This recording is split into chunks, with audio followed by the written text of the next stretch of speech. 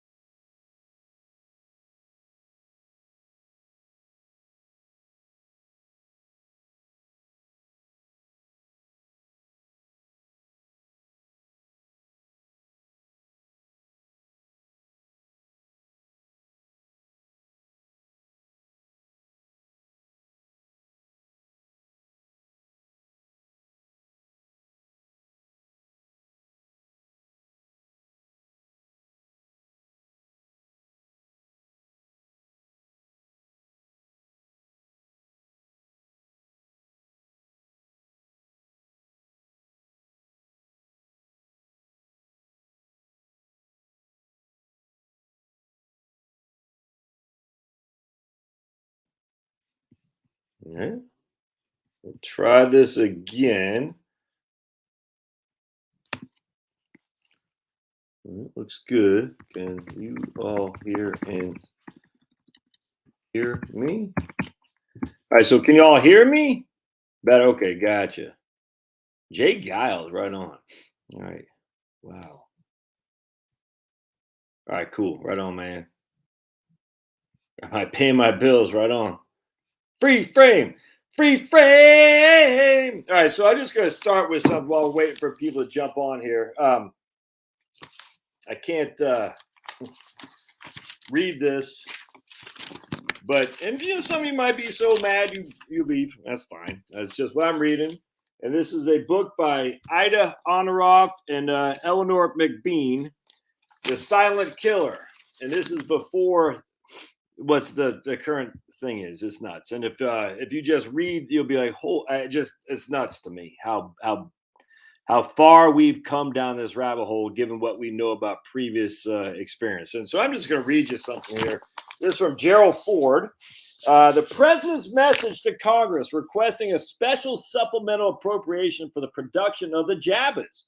Dateline, March 25th, 1976. To the Congress of the United States, the nation faces a serious potential public interest threat this winter from a strain of virus known as swine influenza. 1 month ago, this strain of influenza was discovered and isolated, was it? Among Army recruits at Fort Dix. Really?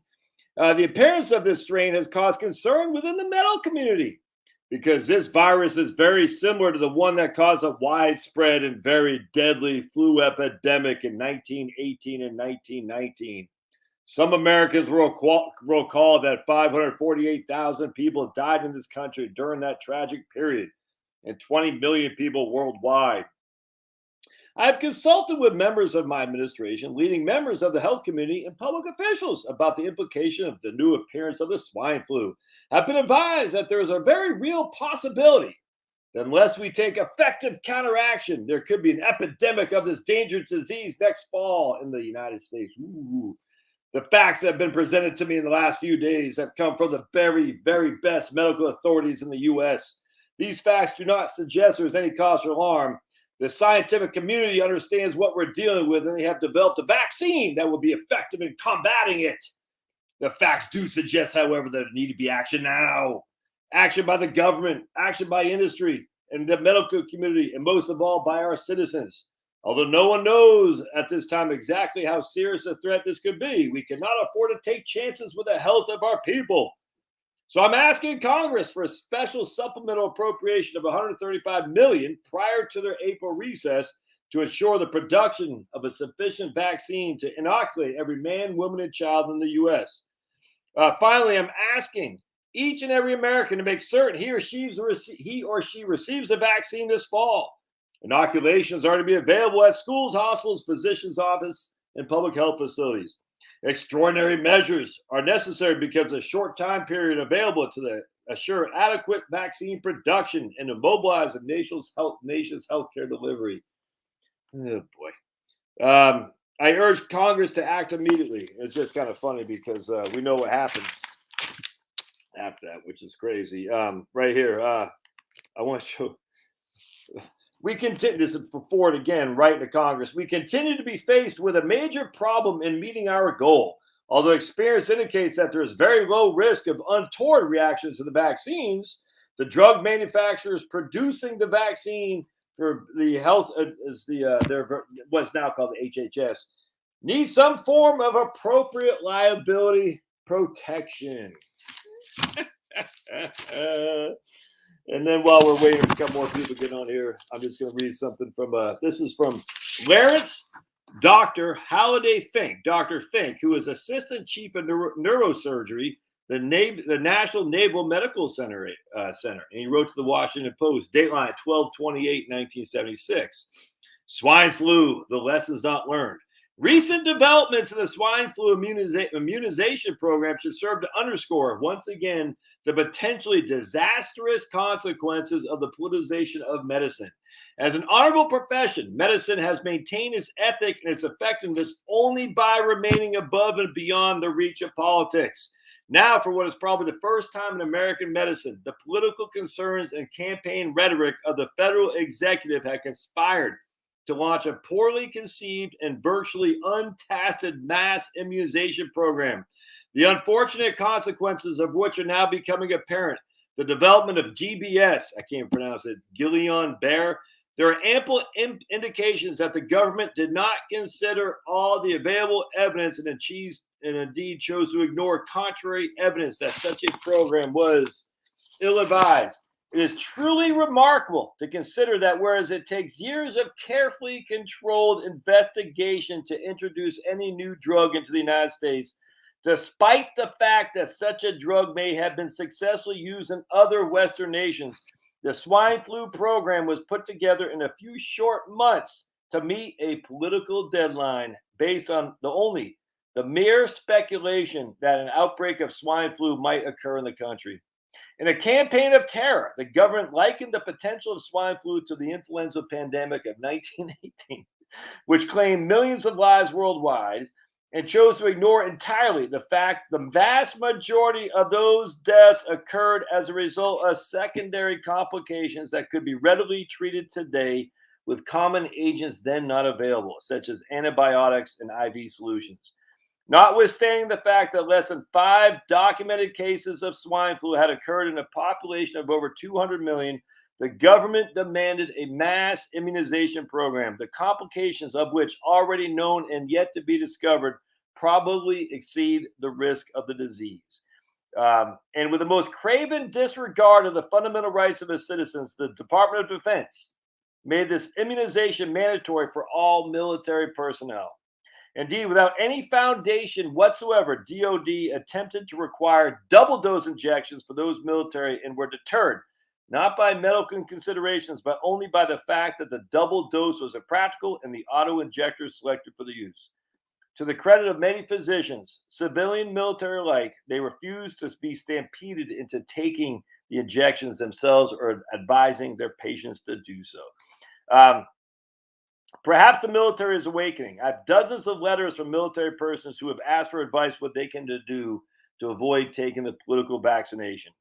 The suggestion of an investigation is excellent, but a congressional investigation would be like Nixon investigating Watergate.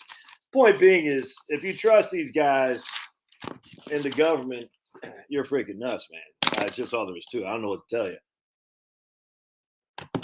Because, I mean, literally right out the gate after this, they came down with the Legionnaires, which came from the Soviet Union in Hong Kong. Literally 2 years after this, the debacle of the swine flu vaccination, they started promoting, we got to protect against the Legionnaires. And then in 1986, Reagan signed the act, which gave pharmaceutical manufacturers a complete liability shield. And you can't blame pharmaceuticals companies. I don't like them, but you can't blame them. They're like, dude, if you're going to mandate our product the federal government, we can't be responsible for what the government does to our product. You can't hold us responsible if you're going to mandate it. It's just that simple. And so the government said, okay, we'll mandate it. You can get rich off it. We'll take the risks. Again, privatize the profits, socialize the risk. And that's the same thing happened with Fannie Mae, by the way. You might remember Fannie Mae. Lots of politicians, Jamie Gorelick, Franklin Raines, Republicans got rich off of Fannie Mae, and we all bailed them out, and yet they did not get back their ill-gotten gains. Oh, Big Pharma. Who is Billy Tauzin? Oh, yeah, Billy Tauzin. Remember him? He was a Democrat turned Republican who became the chief spokesman for Big Pharma at 2006 or 4 or something like that, and was the biggest lobbyist there was, and was just spending money. Ed Rollins used to call it walk around money. So he was an old school politician that would basically go to poor neighborhoods, and he wouldn't, but he'd hire people to do that and give walk around money. I'm going to give it to priests or to pastors and whatnot. I'm going to give you a bunch of cash as walk around money to make sure you support our candidate. And it's the same thing. Big Pharma does it. It's in the big government. This is the same thing. These guys aren't looking out for you. That's where I'm going with this. They're not looking out for you. Only you can look out for yourself. If you think the government gives two quacks about you, or you think the government is, and I was just listening to some guy today, I forgot who was, the idea the government is a razor fist. If you're not listening to Razor Fist, you're wrong. He's talking about the government doesn't care two quacks about green stuff. They just want to put the hurting on you. That's just a fact. Anyway, the point being is the whole reason I do this stuff is to introduce ideas that say, yeah, maybe you haven't been exposed to them, but also recognize you are responsible ultimately for your own crap. That's all there is to it. And I was like, I had this lady, she goes, what'd she say on my YouTube channel? I'm not gonna be able to find the thing. I can't remember. She goes, this doesn't help me because you're only advising rich people. I said, whatever, lady, you're in the United States, you're rich. And she goes, you're not dealing with reality. I said, well, maybe you have to keep working because maybe the chips haven't fallen the way they should. I don't know anything about it. I don't even know it's a chick, but just like, the facts are, if you're in the United States, you got no reason to complain. None. I don't want to hear it. Don't want to hear any complaints. You got none whatsoever. Just reading today about this guy, Jerome. So let's read if we can find him. Jerome, hold on just a second. Dr. Jerome Androulonis, a 32-year-old researcher working on the rabies laboratory in the New York State Department of Health. He was completely immunized from contracting rabies, but according to the Associated Press, he was fully immunized and had antibodies for the disease. But he was hospitalized in serious conditions. He went into a coma and he would never regain. I mean, he was able to, he was a childlike. He basically had no capacity other than a 3-year-old after that. Now that guy might have, he is a victim 100%. This lady who's writing on my YouTube channel is not a victim. I'm tired of hearing the victim crap. I'm tired of it, frankly. I'm tired of hearing like, oh, it's not fair. I just don't care. You live in the United States, it's fair. 99% of the world would kill to be here. That's the fact. So I don't want to hear it. Don't want to hear it. Got no freaking place for whiners. This is a wine-free zone. And I don't want to hear about the government's going to freaking take away your firearms or the freaking zombies going to come and take away your. I don't want to hear any of that crap, man. I want to hear what can you do to advance the ball forward in your own life. And the way you can do is A, take a gauge of your expenses, obviously. B, say, what can I do? Instead of griping about stupid Katanji, whatever that, I mean, like that chick is dumb as rocks. We all know that. She can't define a woman. It's a facade. The whole thing's fake. It's falling apart. We're even beyond the precipice. It's falling apart. It's going to collapse. It doesn't mean it has to be bad, though. I mean, we are dealing in a decadent society of pure evil. It's just all there is to it, man. It's the bread and circuses that's in our, it's here. And we're all part of it. And when that falls, it doesn't mean it has to be bad. But it will. It might not happen in our lifetime. It might not happen in our kids' lifetime. But the idea that when a Supreme Court justice who is only put on there because of her skin color and gender, if she can she even identify as her gender? Well, I mean, we know this place is falling apart. And it's okay. There's nothing you can do about it. I'm at peace with it. And you say, okay, you got Sniffy Joe in office who's begging for start World War III. I can't do anything about it. So I'm just not going to get pissed. It's not worth it. What I'm going to do is try to advance the ball and make sure I'm prepared. And you be prepared by looking at the things you're doing right now that's holding you back. All right. So I hope that helps. I mean, again, people say, I had some other way, you shouldn't, I love your stuff, but your politics, I don't care. I just don't care. It's like, she goes, why don't you stop? Can you stop talking politics? I was like, no, I can't. It's freaking who I am. I don't care. All right, so let's see what we got here. So I appreciate y'all being here. Pretty good crowd so far. So much obliged. No one cares about you like you do. Just remember that. I don't care about you like you do. Charles Schwab doesn't care about you like you do. Your money manager doesn't care about you like you. Fisher Investments, they don't care about you like you do. No one cares. So take some freaking responsibility. All right. Let's see what we got here, my friends. I appreciate y'all being here. Not Jeremy, I'm not being on Rumble until I can get it to on my live. It's not Rumble. Who was I following? I like the fact that Rumble and locals are combined. That's actually very interesting to me. I've gotten off the locals a little bit. I still am on there. I still follow Viva Frey, Michael Yon, others on locals. I like locals. I'm a big fan, a long time, first time. And I like the fact that there's an affiliation there. I think both are owned jointly or whatever. But I just haven't used it that much yet. I need to. I like that a lot. That's in my opinion. That's where the future is going to be.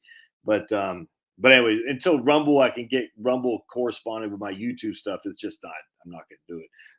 It's a pain. I hate. It's not that big of a pain, but it's just not doesn't get me fired up. Now, with that said, with locals and Rumble, mixed at the hip here, that has a lot of opportunity there, and I'll start using Rumble more. But the point is, the message I want to make sure we get out to as many people as possible. That they don't have to work in some crappy old job, putting 25 pounds on and getting older and older and older and looking like Hillary Clinton. They don't. Now, some might, what I'm saying, but a lot of us don't. And as such, I want to reach the biggest audiences we can. And YouTube is still it by far. I mean, I cooked. Oh, by the way, someone in here had recommended get a Ninja Instapot. Oh, just had my first Ninja Instapot roasted chicken. Oh, TDF, man, to die for. I cannot wait. I'm gonna do these short rib tomorrow. Oh my goodness, these short beef ribs and some kind of tomato paste. Oh, I can't flip and wait. So if you don't have yourself a Ninja Instapot, oh my goodness, buy you one. If you do it on Amazon, I'll put a link. I'll do a video on it. Buy it through my thing so I can get that sweet, sweet commission from Jeff Bezos and Mackenzie Bezos, that clown. Mackenzie Bezos, who wants to kill black babies. All right. Anyway, that thing was freaking smoking. It was good, man. Good. Obviously, you don't want to use a Ninja Instapot if you're off a battery bank, and you certainly aren't going to use it on solar power during the nighttime. But man, whoo-wee. My man Bob is doing some research. How long does it take to charge a Tesla plugging into your 120 electric outlet? And we're both, he's emailing back and forth. We're both just had a chuckle because the idea that I'm just going to plug my electric car into my outlet and next thing you know, I'll be driving. It's just freaking idiotic. Hey, Eric's here. Right on. The cabin in Maine. Right on, man. All right. The Facebook ad before I logged in was Masterclass by Hillary Clinton. Oh my goodness, that is classic. The Facebook ad I logged was Masterclass by Yeah, I got no topic, man. I just want to go over that right there. Choctaw.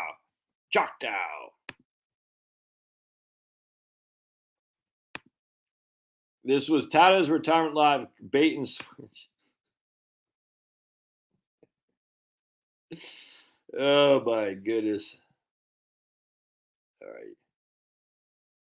My entire unit was jabbed with swine flu at Fort Lewis, Washington.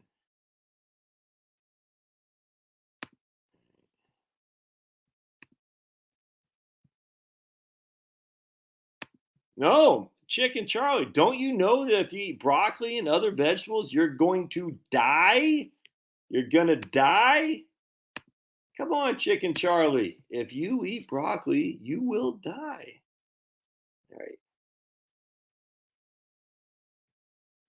All right. Tomorrow makes 2 months of retirement, 55 years old. Life is good. Feel secure in my decision. Well, Thomas, hope we feel the same if the markets go south. Remember, you always got to be prepared for the downside because there's tons of downside risk. And it's tough.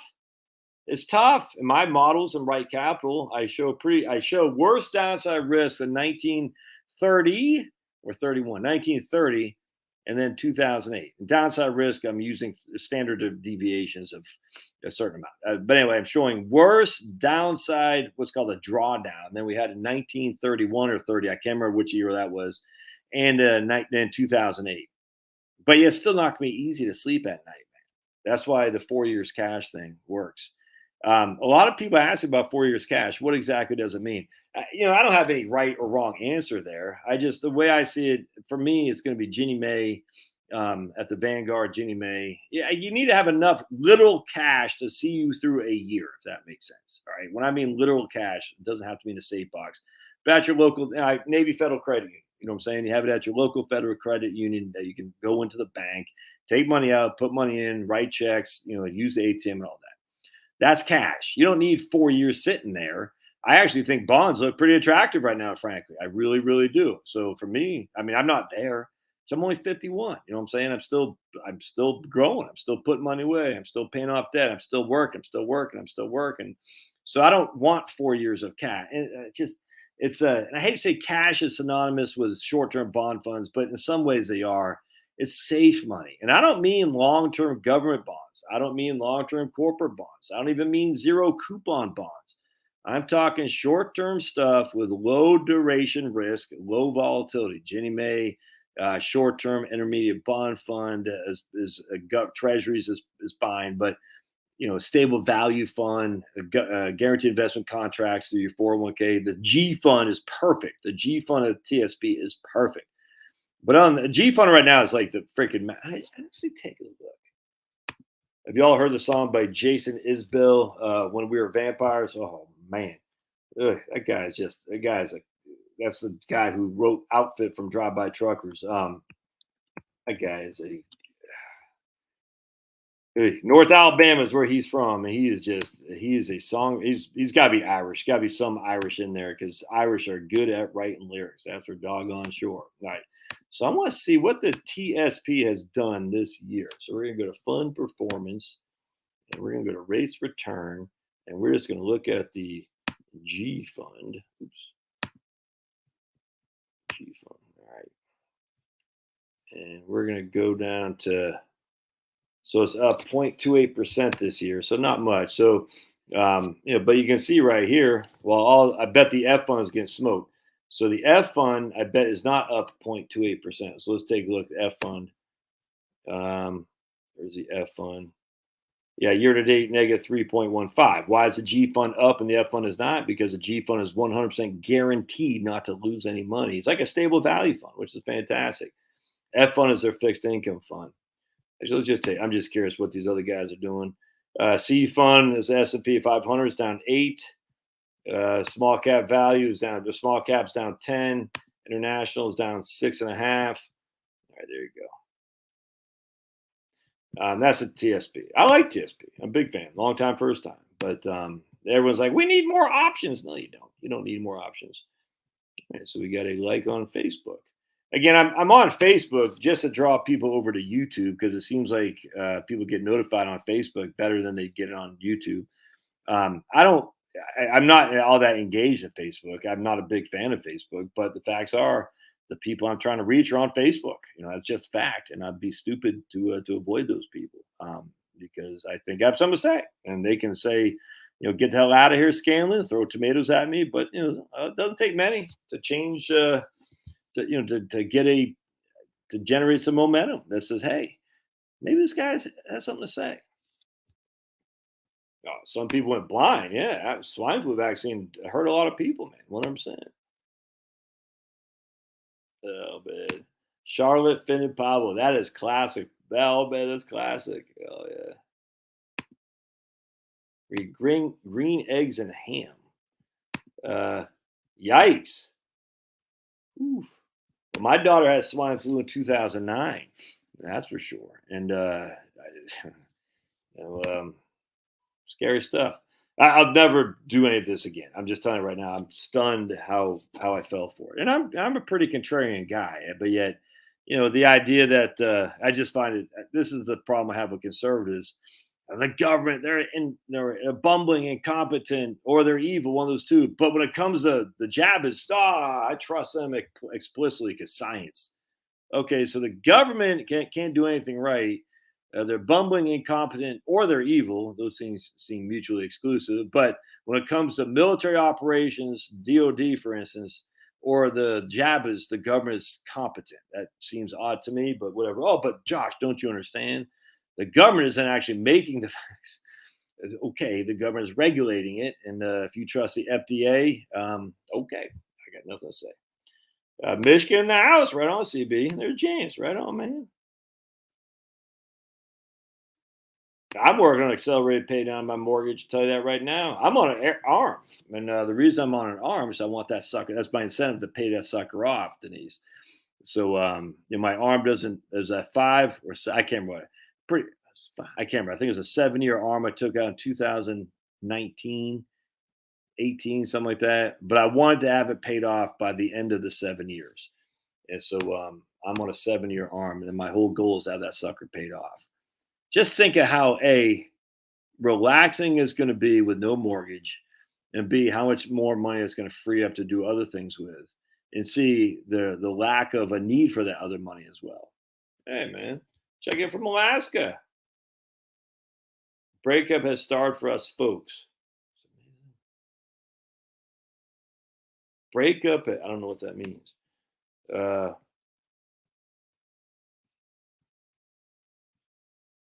Look at Harry knocking. You thought you spelled knocking, Harry? It's with a K. All right. All right. Before you start accelerating mortgage payments, oh man, right there. Just paid off mortgage. Oh, that's freaking fantastic, John. Hey, it's Vaughn. Was vacation at Bellevue Stratford Hotel a couple weeks before the Legionnaires outbreak shut the hotel down. Yeah, right on. I just want to point out too, it's like a lot of people say we were so much more free back in the old. No, we weren't, man. We just simply were not. We were not so much freer. And never mind blacks without their ability to vote or just engage in regular society or American. Now, I'm not even talking about that. It's horrible. It's evil. But just even good old fashioned American white people, we weren't free relative to what we are now. Just it's not true. And all these people say the way it was in the old days. So it's like, no, it wasn't. It just wasn't. Now we had we got to stop this. We always look back at fondness of the past, always do, and I do. You know what I'm saying? And I even look back at fondness when we were poor. My wife and I, we lived in. I mean, I just look back. So, oh man, those are the times. They weren't back then. Tell you that right now. Back then, it's like this freaking sucks. You know what I'm saying? But I always look back and find it's like, oh, wasn't that great? We were so poor. We had to go and share one burrito at the Blue Burrito in Phoenix, Arizona. We had to drink water, and I just no, it wasn't good. Kevin says, manage at 51, manage paying off housing, youngest through college, building wealth like 100%, man, 100%. The nice thing is, my man Kevin, if things go dicey where the money isn't coming in so much, he doesn't have to lose sleep at night. I got to pay my mortgage. He's like, yeah, it sucks. I'm not being able to contribute to my 401k, my IRA, whatever. But you know something? I don't have to pay mortgage. Yeah, Tony paid off mortgage at 51. That's freaking fantastic.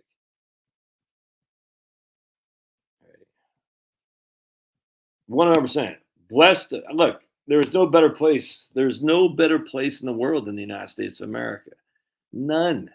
Yeah, I mean, I would never live in Cook County, Illinois. I mean, what the hell? You know what I'm saying? I'll never live in Austin, Texas, and I'll certainly never step foot again into California if I can avoid it. That doesn't mean people there are stupid. It just means they've allowed the government to take over and act like fools.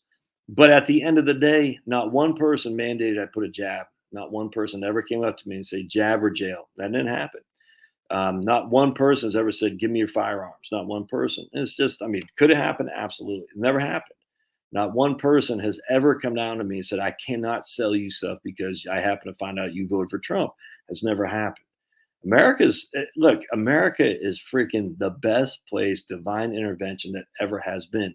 The American government, red or blue, sucks donkey balls. Let's just put it that way. They're evil up in that place. That's why the best thing Trump did, and I think went recognized by myself included was the idea of moving the Department of Energy to, I think it was doing to Kansas City, the Department of Interior to Denver. If we get another Republican in there, he should continue on. Break up the swamp. I tell you, man, break up the swamp 100%. Get it out of the DC corridor. That changes everything. Make these bureaucrats or see who the people are they're serving as opposed to each other. It's great. And this is the same thing with the FBI. I can't stand the higher levels of the FBI. I don't trust the CIA. But the FBI is run by a lot of good guys in there, or not run. Well, there's a lot of good guys in the FBI, border control, tons of good guys in there, man. You want them on our side. These are not the enemy. As the leadership, which is just from don't forget Victoria Nuland started with Clinton, went through Cheney, went through Bush, went through Trump, now with stupid Snippy Joe. I mean, these are Robert Mueller. You know what I'm saying? It's all the same people. It's the uniparty over there. But the people underneath them, I guarantee there's tons of IRS people that are pretty righteous. Guarantee. Now, do the majority of them donate to Democrats? Yes, but that doesn't mean that the whole freaking thing is rotten to the core. Just means the leadership is, and there are some bad people there. Don't get me wrong. I mean, some horrible teachers, some evil Nazi teachers. I mean, Nazis, commie Nazis teachers. But the NEA and the AFT are run by complete. Those groups need to be broken up. But with that said, at the end of the day, don't mistake in that because our government is corrupted, and it is. It's probably the most corrupt government in the history of mankind, frankly. With all the money that is taken, that changes hands. You know what I'm saying? When it comes to actual corruptness, we're not. But in terms of the dollar amount, by far, nothing comes close. But with that said, this is still the best place there is. And I will never leave. America will never leave her, baby. You know what I'm saying? And that doesn't mean you have to like it. That doesn't mean you have to say we're always good, because we're not. I mean, it's America. We're human beings. But man, no other place on earth I'd rather be. None. Oh, just love it. Love America, man. How can you not love it? Just think about us founded on oh my goodness. That's great. I'd take this over any day of the. Those people, I got to go to Thailand. I got to go to the Philippines. Look, they can. I don't care. By all means, do that. But don't sit there and say that America is evil because the government is. That's just dumb, man. It's dumb. All right, Denise says less than a year to retire. Right on, man. I can retire if I want in less than 5 years if I choose to leave my COJ. Freaking awesome. Harry retired about 2 years ago, and he's not looking back. My man says I got at least 10 to 15 years. You got Loves Park, Illinois. Do they have beaches in Loves Park, Illinois? Brad says 1 more year of retirement. All right. Oops. 1 more year of retirement. Teaching for 33 years. Right on, man.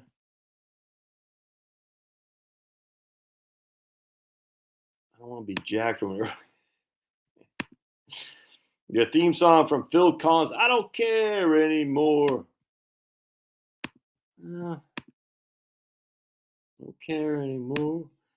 Did I see a picture of Phil Collins on stage now with like a cane? I just geez, that's sad. Kind of like seeing these old metalheads from the day. They're all balding and just, eesh. I don't know. I didn't like it. Eesh. Chicken Charlie says, I'm buying clothes on munis like mad. I'm still of the opinion rates will not go too high because of debt. I completely agree. Yeah, right on. Barfield Financial. Yeah, Chris Barfield freaking kicks ass, take names. I went on a Freedom Tour and saw the 19th of the month in Fort. Look at those puppies, though. Oh, my God. Look at those dogs. Yeah, Menger, dude, 100%.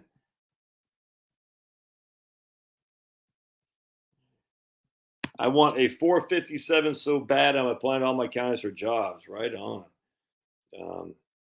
Well, let me text my better half. All right, so let me give you an example. All right, so my brother texted me today. Are you terrified that Biden in his dementia is going to start World War III? His comments on removing Putin are literally insane. Imagine if Putin said he's trying to move Biden. I mean, maybe, but there's literally nothing he can do about it. I mean, that's I don't know, says, what are you going to do? He'd be terrified. I mean, Biden, look, he's not even a mouthpiece. He's a figurehead. I mean, he doesn't. Him and Kamal don't run anything. Just they're out of. I mean, it's completely run by a uniparty of Republicans and Democrats alike. Why I think Marco Rubio, when he said about Victoria Nuland, basically, if there's chemical weapons, you unequivocally think Putin did it. Well, I mean, he's just setting it up for that when the false flag happens, they can blame Putin and say, "Look, we told you." It's all Rubio is just as bad as the other guys. You know what I'm saying? I mean, look, I'd rather have Rubio than Charlie Crist in the Senate. Don't get me wrong; I'm not an idiot, but they're all part of the same cabal. I mean, I literally think a lot of these people are Satanists. I really, really do. They have sold their souls for rock and roll. And I actually don't say that facetiously. I'm being legitimately real on that. And look at Hillary Clinton. I posted that picture just today about. I mean, she just looks, and you could say it's a color or whatever, but evil. This is something I've been thinking about. So I did my video, my experiment on the love apple, hate apple thing. And the hate apple just looked disgusting. And the love apple looked fine. You can almost eat it. And you should watch that video. It's very interesting. A lot of people do it rice. And some guy said, well, because the love apple was an airtight sealing. I said, sealant. No, it wasn't airtight. It wasn't vacuum sealed. It wouldn't have an oxygen absorber. It's just idiotic.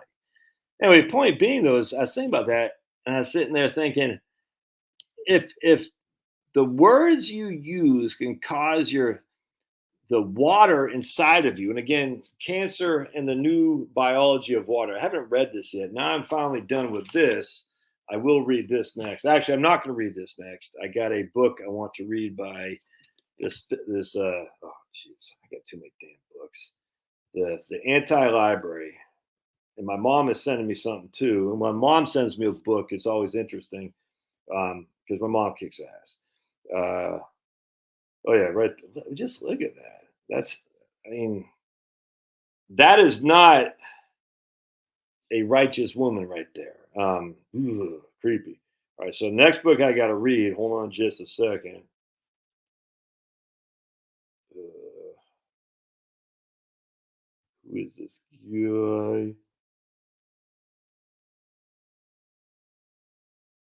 I think it's this guy. Gotta get my specs on, my reading specs. Oh, I forgot to text my wife. I was too busy to text my wife. Yeah, Not Even Wrong. It's by what's this dude's name? It's I can't remember this guy's name. He's the theory of the physics. I forgot the guy's name. Anyway, he's I can't remember this guy's name, but he's wrote the book right there. Right there. Peter Wolt. What? I can't remember. Not Even Wrong book. Yeah, this guy. Peter White. The Failure of String Theory in the Search for Unity in Physical Law. Now, he's a big pro-vax guy. You know what I'm saying? It's always people say, you should open up your mind. Man, my mind is open, man, 100%. So that's the book I got to read next. Because string theory is clownish, but because it sounds so impressive, people are like, oh my goodness, string theory. Anyway. I forgot what I was going to say. Anyway, so I forgot what we're talking about. All right, so times are tough. I know I just got back from vacay, bought 3 rolls of toilet paper, the good stuff too. We just text. That's what we're talking about. We're going off on that. It's going off on a book. Oh, about water. That's right. All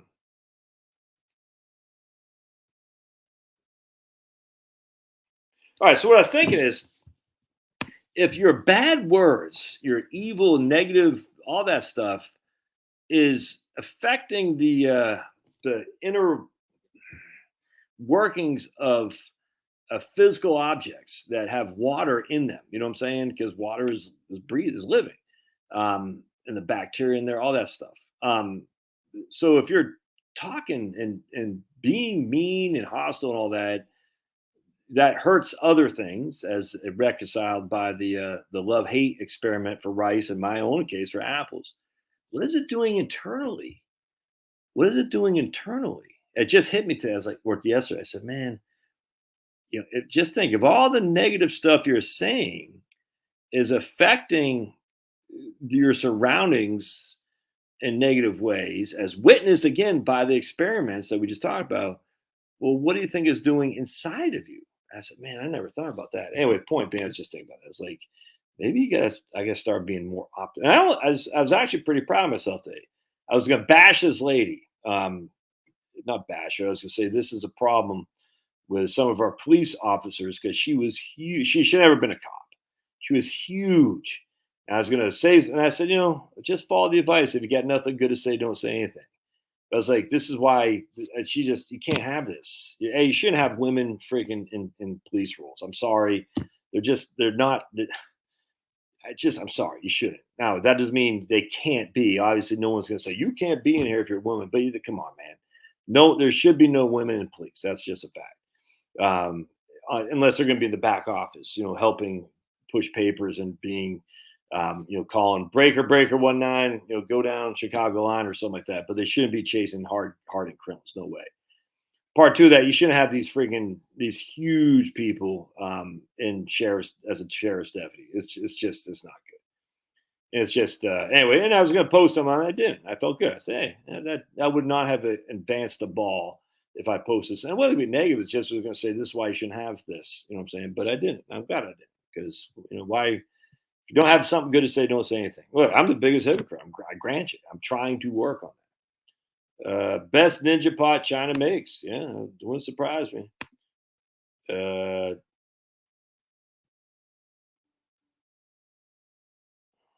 Yeah, I saw that, man. Adams got away with mandates for the entertainers, but not for the regular people. But the Democrats are for the little guy. Pablo's kicking butt. Eat lacinato, kale sauteed in olive. What the hell is lacinato? I never heard of that. But sauteed olive oil sounds good. Kale I just eat raw, but that sounds pretty good. Yeah. Well, my man Jonathan, did you get cut off here? Josh, what is your opinion of setting up whole life insurance and using? I'm not sure what he's saying. Oh,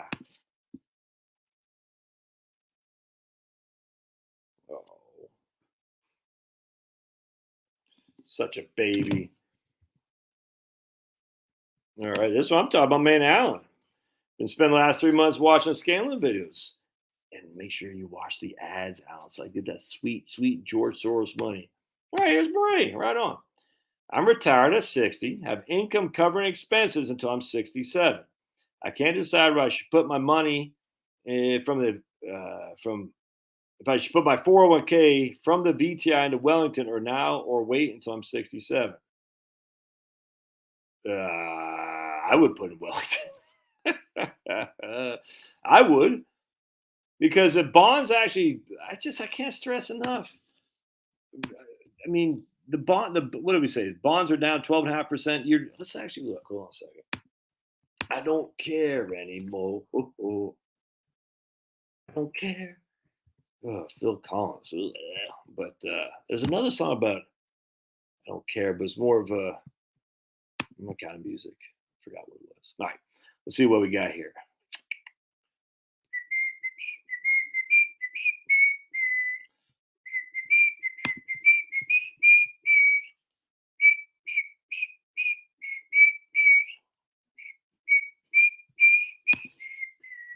We're going to go to Vanguard Bond BND. We'll go to BND. There we go. And we're going to come over here.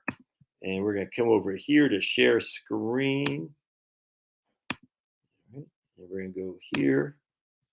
We'll go here, market research. And we're going to see what the total bond index has done for 3 months. It's down 7%. That doesn't seem so bad.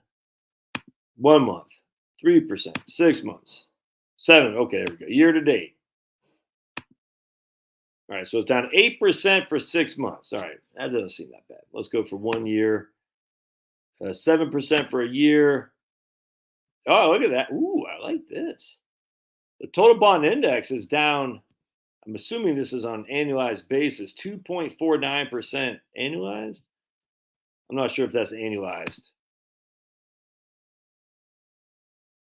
I don't know if that's annualized.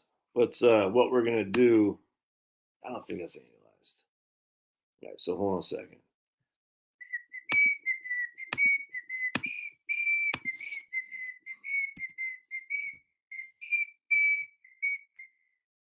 So what we're going to do is we're going to go over here. We're going to stop that. And then we're going to go to Portfolio Visualizer. Oops.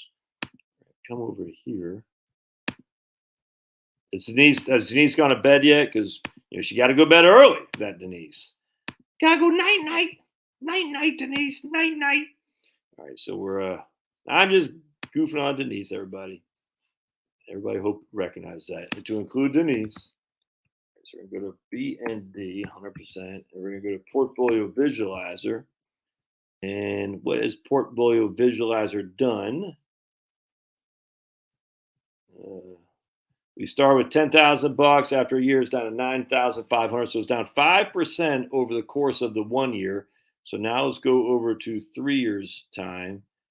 We'll go to 2019, 19, 20, 20. There you go. Good.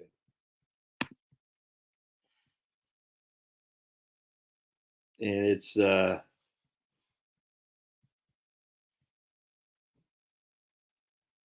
10,000, and it's at so so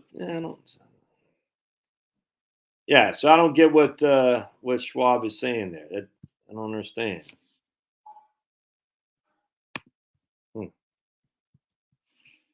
Let's go back.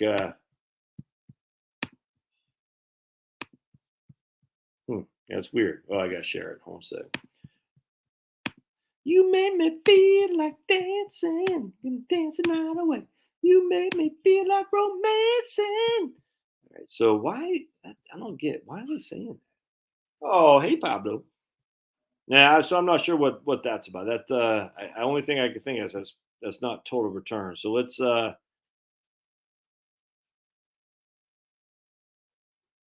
we got a thing for total return here? Monthly total returns. There we go. Oh, here we go. 1 year is down 2.65. All right, so 1 year down 2.65. 1 year here is going to be more than 2.6. Yeah, okay, there we go. Wow, that's weird. So check this out. From point to point, or price to price, just $10 to $8, whatever it is. That's price to price. BND is down 7.03%. When you factor in total return, which is dividends or interest payments, it's only down 2.65. So you got to recognize the difference there. That's a big deal. All right, that's interesting. I'm surprised to see that. I thought it would be worse. All right, so if we go to VFIX,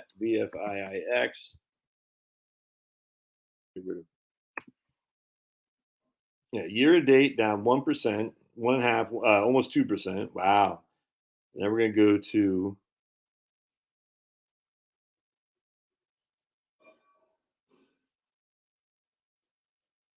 all right, there you go. Down 2.48 1 year, year to okay, 1.7.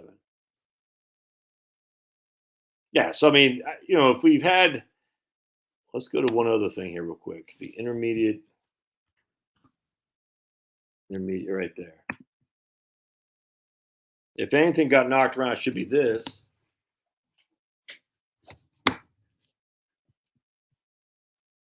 Hey, look at that. Intermediate treasury is down 8.38 from price to price, but from the total return, that's what year to date for 1 year. For 1 year, it's only down 3.22. That's just not that big of a deal. All right, so let's go to Vanguard long-term corporate. That should be getting. This one should be getting smacked around. 8.55 for 1 year. 4%. Look at that. Yep, 4% basically. That's just no big deal. All right, so hold on just a second. What we're going to do, and we're going to put that in the context of daily treasury.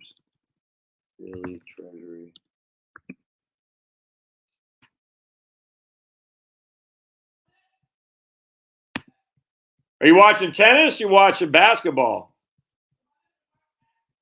Who's winning? It's not North Carolina anymore, is it? Yeah. Oh, I thought I heard a basketball game on. Nah, I don't care. I just wondering.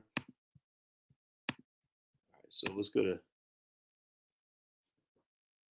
All right. So here's 3 month. That's 90-day paper essentially. 0.19 at the beginning of February, and now it's at 0.35. So it's double basically. Let's go for the whole year. We'll go.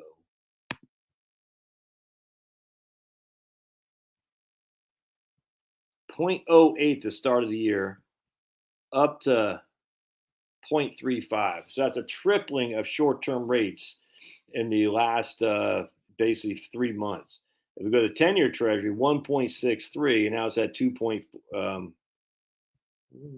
is it only going to February? Huh. Well, I guess I got to go to current month. That's weird. Why did it only go to February? Why is it stopping at February? Okay. That's weird. I'm not sure why it's stopping at February. That's strange. Did I do something wrong? That makes sense. Let me go back. I must be doing something wrong. Well, they stopped at February, man. All right, so U.S. Treasury rates. There we go.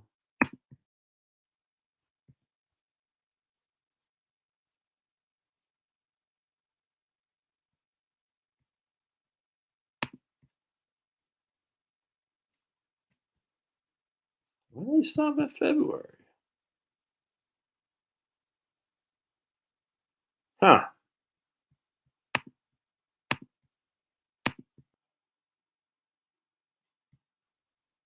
I'm confused. I'm not sure why they're stopping at February. That's that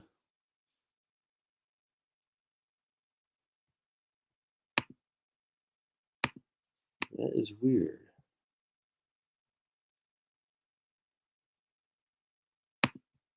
Hold on just a second, guys. I'm yeah, it's updated. It's May 27th. Well, that's weird. Why are they stopping? I don't. That doesn't make any sense. So,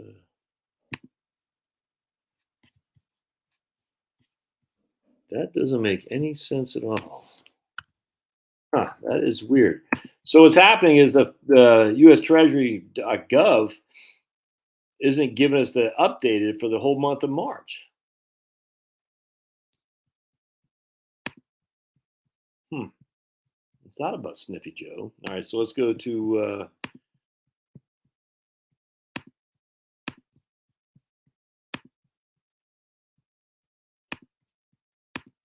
right, go right there. Let's just go to overview. So we're gonna go to interest rates right there. All right. All right. So here's the what's this? A 10 year. I think it's a 10-year. No, what is this right here? Interest rates. That's Fed funds rate.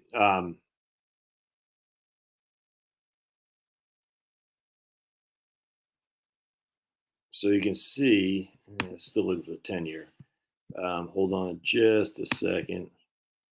Yeah, Fed funds rate. I don't want the Fed. I want the 10. We'll just use this. All right. So that's not. Where did the 10-year Treasury go? Interest rates. Well, anyway, that is weird, man. I don't know why they got rid of the. Huh. All right. Either way, be it as it may, we know for a fact that the 10-year Treasury was trading well below what it is now. Now it's at 2.5, and yet these bonds are. Let's see, the 10-year Treasury is at. Oops.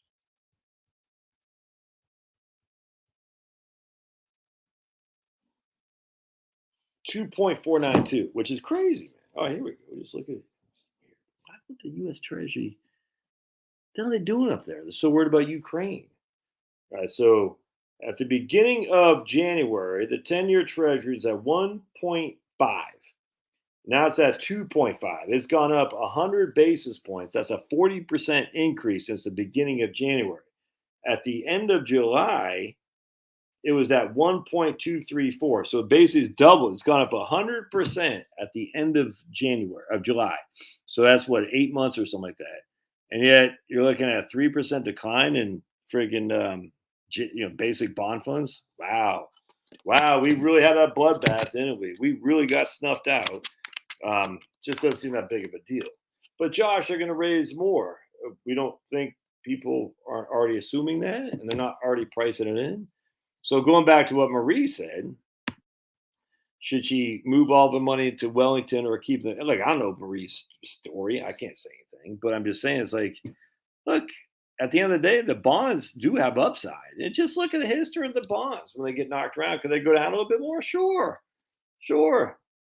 But I mean, I'm in Wellington now. I'm 51 and I still got a mortgage and still got 3 kids at home. You know what I'm saying? So hope that makes sense. I don't think I would put everything in VTI if I'm retired. That doesn't make sense to me. And just from a pure diversification perspective, having some bonds makes sense. Risk off a little bit. And on top of that, it seems to be some upside of bonds, in my opinion, a lot more than downside. Consider investing what you can't withdraw. The kingdom will repay in exponential ways. Consider investing what you. Yeah. Oh, yeah. I mean, I don't know. Okay, there we go. I didn't know what you're saying. So my man says, "What's my opinion about setting up whole life insurance policy and using that to store cash?" I'm just not a fan, and that doesn't mean I hate whole life insurance. I think at the end of the day,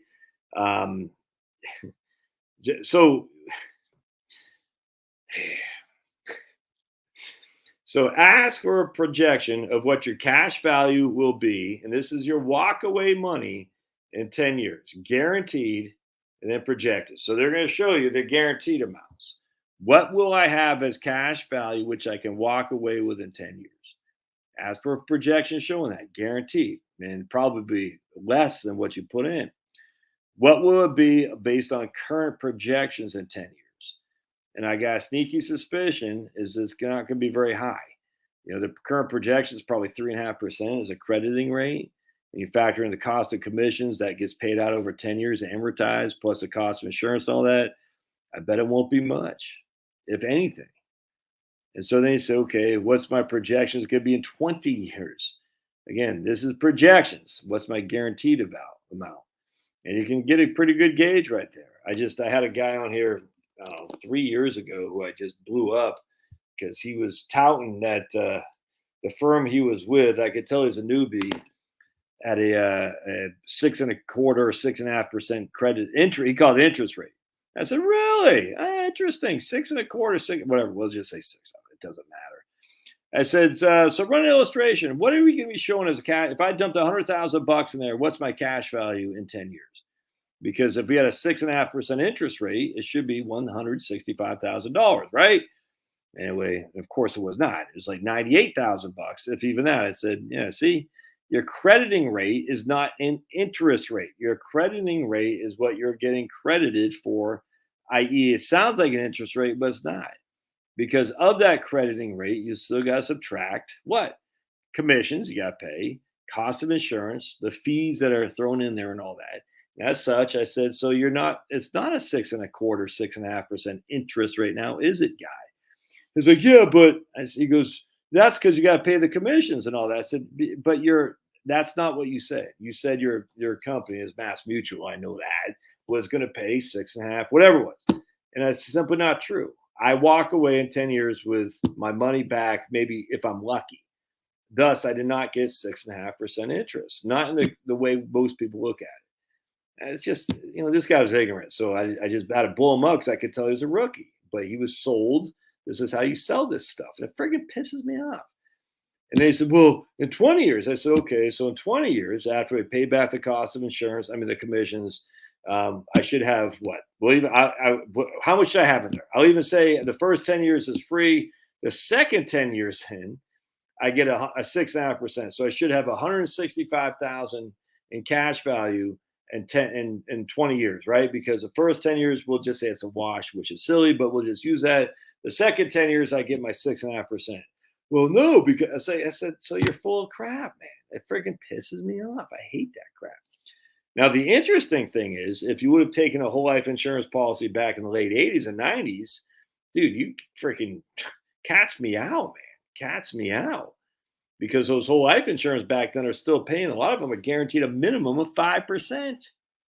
5% You're not getting that anymore. You're just not. So, anyway, I don't know what the whole life universe is anymore. I find it somewhat silly, the idea that a low interest rate environment, you got to pay for the commissions of the guy who sold it to you, all the cost of insurance that goes in there, and all the various fees that you're gonna make any money. I just don't think you're gonna. And then you can mech it out. Mech is a modified endowment contract, which makes it like an annuity, and nothing wrong with mechs at all. But it takes away your ability to live tax free for retirement. There's a lot of negatives that go with whole life right now. That's a fact. Now I have 8 whole life policies, 8, 2 for each of my children, because I think the whole life policy over a long period of time is the cat's meow, 100%.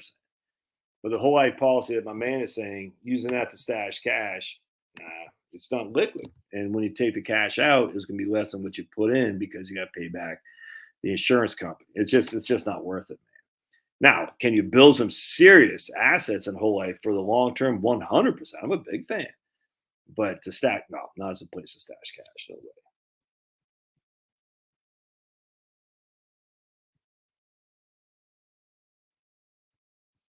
All right.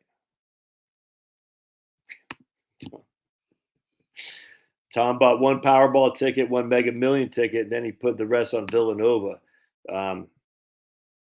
C Fund sucks. Moved 95% to G Fund. Okay. Why would anyone say the C Fund sucks? Oh, it's the S&P 500, man. Oh boy, I have a sneaky suspicion Alan is he sees it's gone down in value, so he jumps. Now, look, I don't know what Alan's circumstances. Don't really care, but the idea the C Fund sucks. I'm just what because it has lost a little bit of money. Okay, oh boy, that right now is there is some issues with investors doing that. Like it's a good fund. Why? Because it's done well. It's a bad fund. Why? Because it's done poorly. Like rookie league stuff, man. Rookie league, and it's I've heard this. Look, I hear this all the time. Well, I don't want to buy that fund. Why? Because it hasn't done anything. I want to buy this fund. Why? Because it has done things. Like, oof, oof, oof. Bite my tongue. Bite my tongue. All right, my man. This guy just moved to C 67. Oof. I'm not sure. I think this is the guy who says he's 10 to 15 years from retirement. All right, so that doesn't bother me. I presume he's still working. Hey, oh, come on, babes. Oh, man. Did you put this watching for yourself? Oh, you're the best. Thanks. And I got the smoking hottest wife in all the world, and she doesn't want to get on the freaking thing here. Oh, man. I want you guys to be jealous of me, how I married up. So you got Josh, Private E1, and they got General Rooney. That's Charles' maiden name. And somehow we were able to fraternize, whatever it's called. So you got Private E1, Private Joe Snuffy, getting Article 15s, had to mop and buff the floors because that's such a crap soldier. And General Rooney comes in. She goes, "Let's go." I'm like, "Yes, ma'am. Where are we going?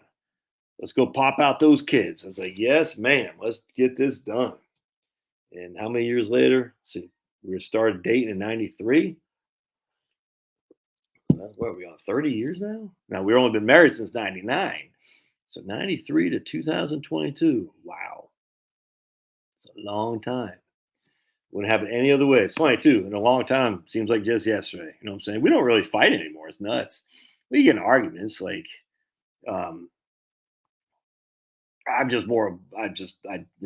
the kids are going to figure out the kids. She's a mom, man. She's a mom and I'm a dad. It's just all there is to it. I'm just like, look, kids can figure out their own I don't sweat it too much. She gets real nervous about the kiddos because like as if well, it's mom. Let's just leave it at that. All right. My man says, Harry, 86K at 61 or 141K at 70. Yeah, I'm not following you, Harry. I don't get it, man. 86K. I mean, I don't understand. Like, how do we? It's a 401K, so how do we know it's gonna be 141 at 70? But let's just all right. So Harry's better half, all right, is 61. So that's 9 years, 9N, 86,000 plus minus present value, no payment, 141 and future value, compute interest rate. So it'd be 5.65. That's what you get, Harry. 5.65 for her to wait until 70 to get 141K. Nah, if it's guaranteed, yeah. Want to get out of Michigan, dude? Michigan kicks ass. If you are 86 and have 250K that you want to invest and be relatively safe, in case I need it for assisted living, any recommendations? Cash. The last of my kind. I will check it out.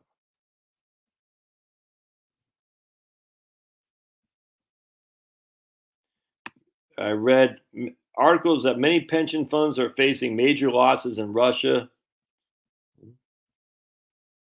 What do I think about Vanguard Core Bond Fund? Yeah, I got no qualm. I mean, if it's Vanguard and bonds, that's Vanguard bonds are synonymous with kick ass. Doesn't make it making money. It just means fees are low, James. And if fees are low, that's the only way to make any money in bonds. You cannot have a bond fund with high fees. It's just you can't do it, man. I'm going to show you one reason I'm actually somewhat optimistic about the stock market. This is going to crack you up a little bit. Let's see. You want to grow? No, I sang that song yesterday. What's those when we were vampires? No, but I don't want to sing that. Oh, man. What was I singing earlier today? All broke up again. There we go. All choked up again. I can't play it. Choked up again. With these two hands and the rage I'm in, I think I just killed a man. I think it was my old man. Seen him in years and now he's bleeding tears and his head is in the palm of my hand. Anyone know who sings that? All choked up again. All right. Where have all the public companies gone? I find this is pretty interesting. This is from a couple years ago, but every year they regurgitate these things. Some businesses are staying private. Others are getting bigger. That's not necessarily a problem. No, it's not necessarily a problem. But I want to show you. Buy land. They're not making anymore. All right. So right here, number of domestic companies listed on the U.S. stock exchanges. All right. So we have less than 4,000. We have 8,000. Now that doesn't mean the pink sheets and the penny stocks and all that, but listed on the S&P or the stock exchange, the Amex, Nasdaq, New York Stock Exchange, Philadelphia Stock Exchange. But basically, there's less than 4,000. Why has this happened? Some blame regulations, notably the SOX legislation designed to counteract the accounting frauds of the 90s. The U.S. Let's see. That can't be the whole story. The decline began in the late 1990s, well before SOX. Much of the earlier shift was probably payback for the abundance of poorly conceived companies that came to the market in that exuberant decade. So fewer public companies isn't necessarily bad. Measured another way, moreover, the public company is far from dead. They've decreased in number but grown in size. Their total market value as a percentage of domestic product is close to peak it reached in 1999. That granted, size itself might be a bigger issue, but fewer, bigger companies could reflect an unhealthy degree in industry concentration, i.e., the moats. The moats. I hate it, but it is what it is. Again, though it's dangerous to generalize, in many cases, concentration can be benign. Where lack of competition is a problem, it's best addressed by a case study. Well, whatever. But whatever the cause, ill-judged regulation, the drive to accrue market power, other factors altogether, the shifting pattern of corporate form raises big questions. All right, why is causing there to be lack of companies on the stock market? So let's take a gander. If I still have this article up, and I do not. Oh boy, what happened to that article? Hold on just a second, amigos. All choked up again. Right here. Right. I think I just killed a man. Boom, boom, boom. If my son sings, one of my kids' son sings that song, I'm getting the hell out of Dodge. It's FYI. All right, so let's see what we got here, man.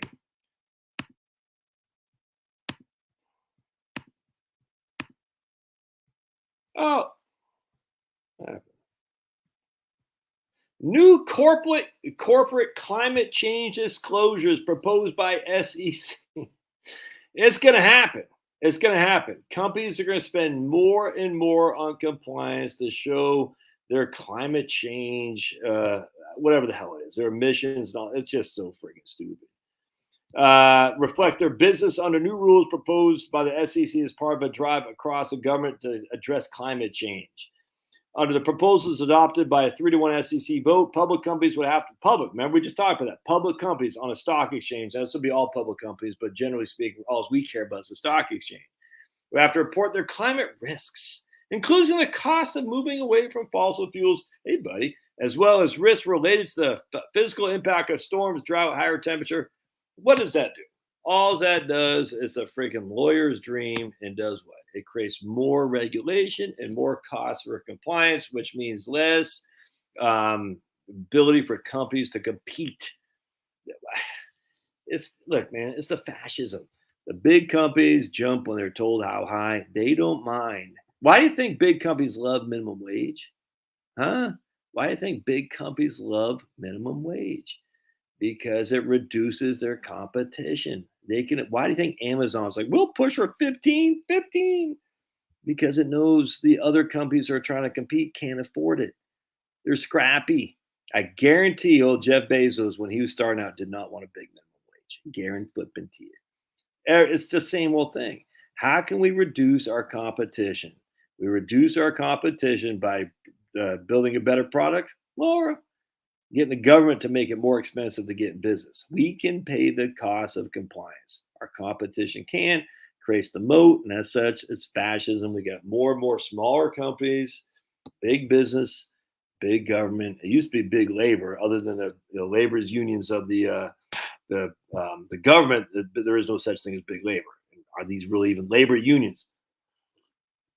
Point being, man, that's when you have lesser and lesser companies going public or staying public, going private, there's lesser and lesser companies to invest in. All right. So what happens when supply declines and the demand stays the same or the demand increases? You get, all right. So let me ask you guys, we're going to come down here. Oh, Kevin's leaving. Kevin's got to go bye-bye. Oh, no. Bye-bye, Kevin. I'm just goofing. I got super chat. I didn't see it right there. Thanks always. Consider the dog. Oh, thanks, man. Love you. Good stuff. Got super chat. Normally super chats show up initially. All right. So what happens? You got supply declining, demand staying the same or increasing. What happens to price? Anyone want to say what happens to price? All choked up again. Think I just killed a man. Anybody? Boom, boom, boom. Supply goes down, demand stays the same or increases. What happens to price? While you guys are doing that, I'll keep singing. Have you ever met a little command that couldn't break a poor boy's chin? And here it is all again. Right on. So Jeff B. Harry says increases. Exactly. I guess they didn't want me to sing it. All right. So exactly right. So what happens if we have smaller private company or publicly traded companies on the markets, on the stock exchanges? Hey, baby, want to come up here? And yet you still have the same amount of money pouring in 401ks, pension, all that. Inherently, you're going to have an increase in the value, the market capitalization of the companies that are left.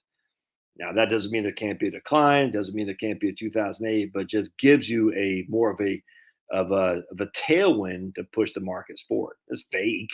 It doesn't mean it's based on earnings. It just means it's based on last man standing. All right. Let's see here.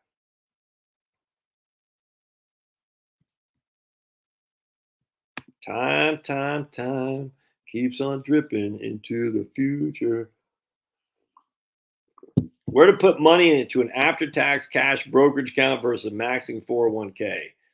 I don't know what your tax situation is, so I won't be able to answer that. Yep, Dave Ramsey says no to whole life insurance, and Dave Ramsey doesn't know what the hell he's talking about. I wonder how many people have had canceled their whole life insurance that were issued back in the late 80s, early 90s, even late 90s, and so infuriating. How would Dave Ramsey know anything about whole life insurance? He's a real estate guy.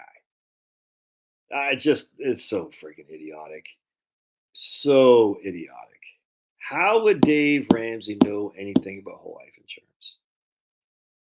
That's so freaking stupid,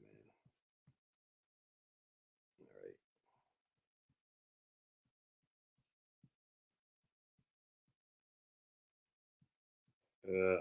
Oscars.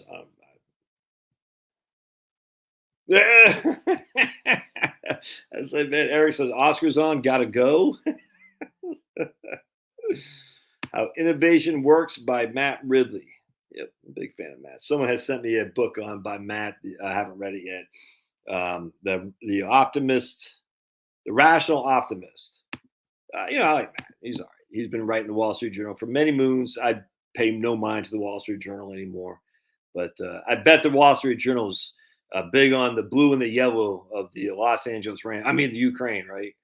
All right.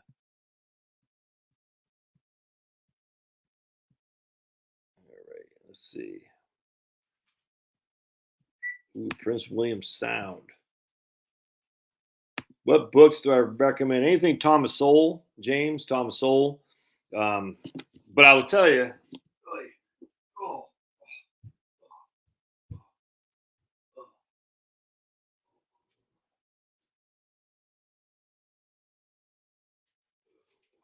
hold on.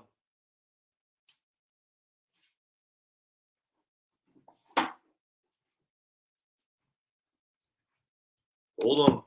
I think I just killed a man. Oh, you go see mama? You go see mommy?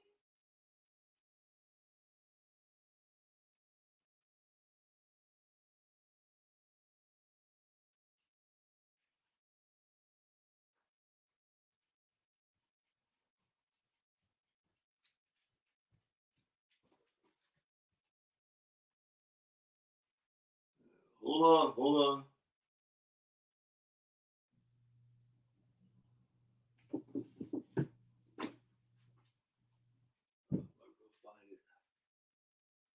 Oh, no way, man.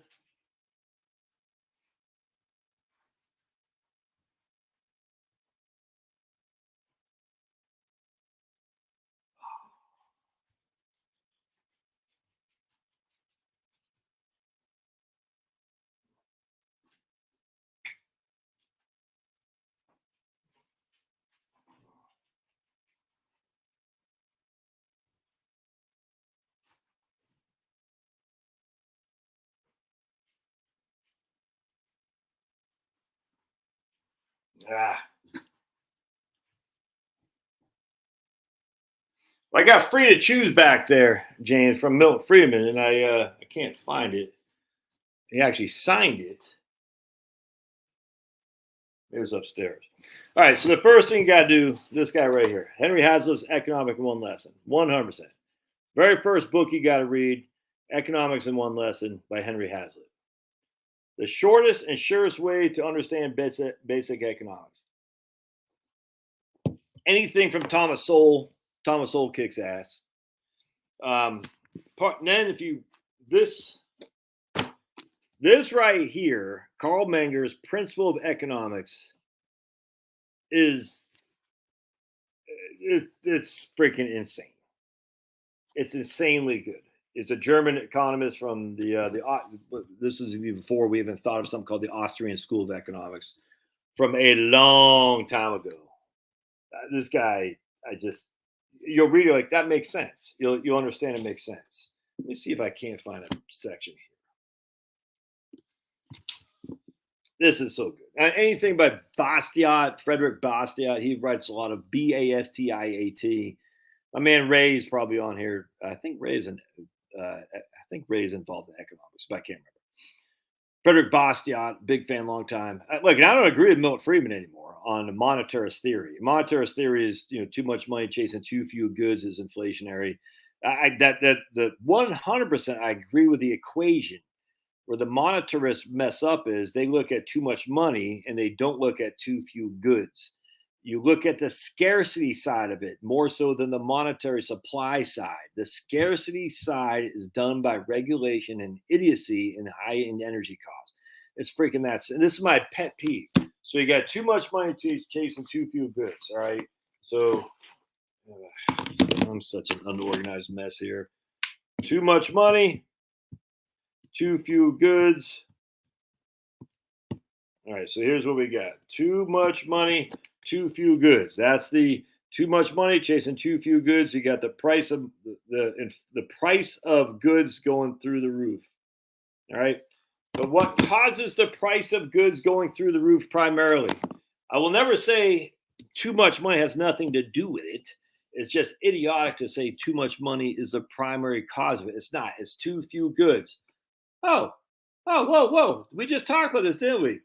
If we have too few publicly traded companies, what does that do? What does that do?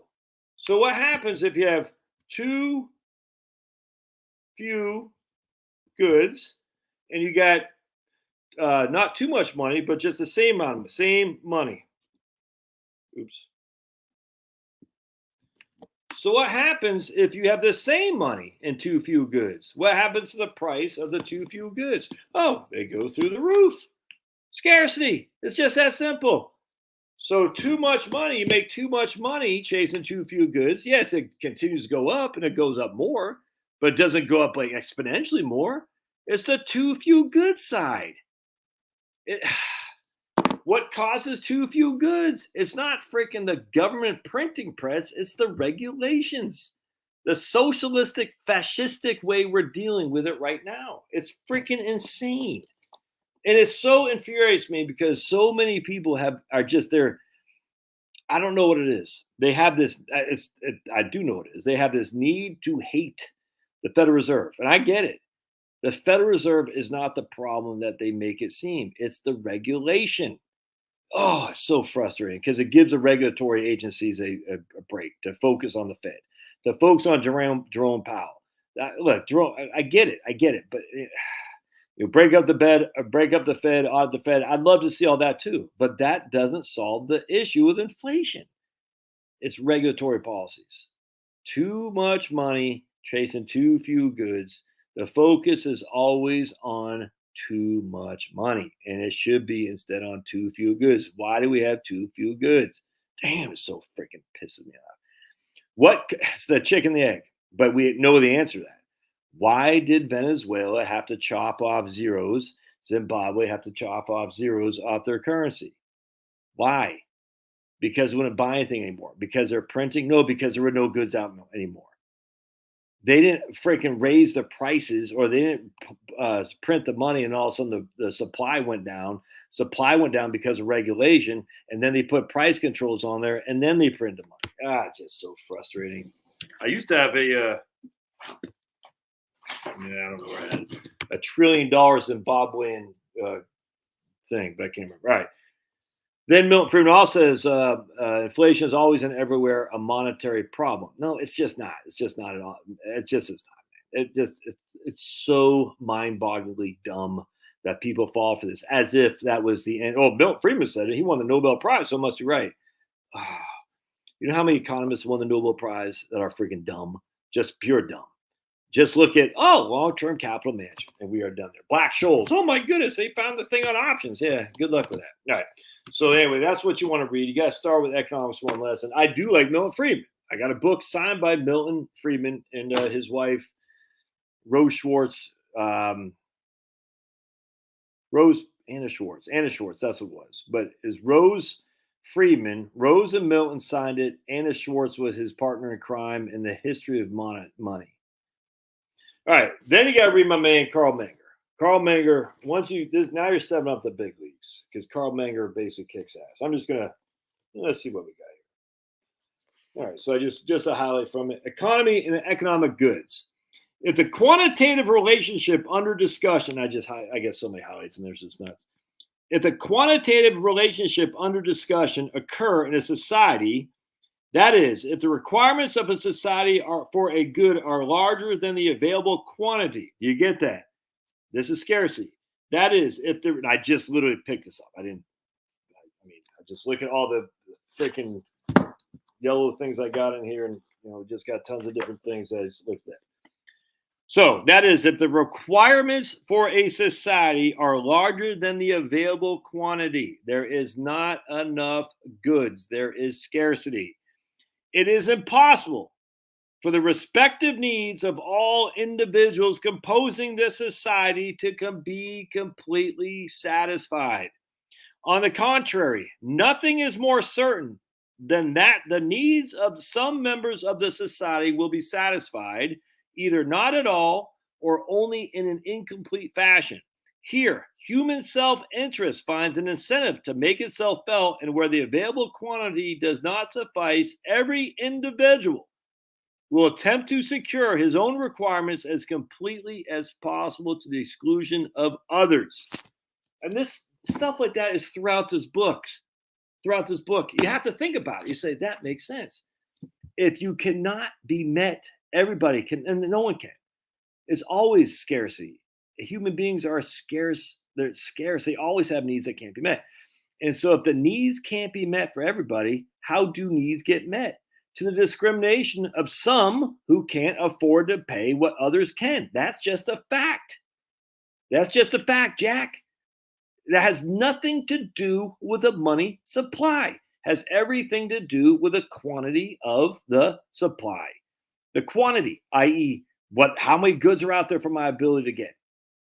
If the demand exceeds the goods, then what's going to happen to the prices? They're going to go up.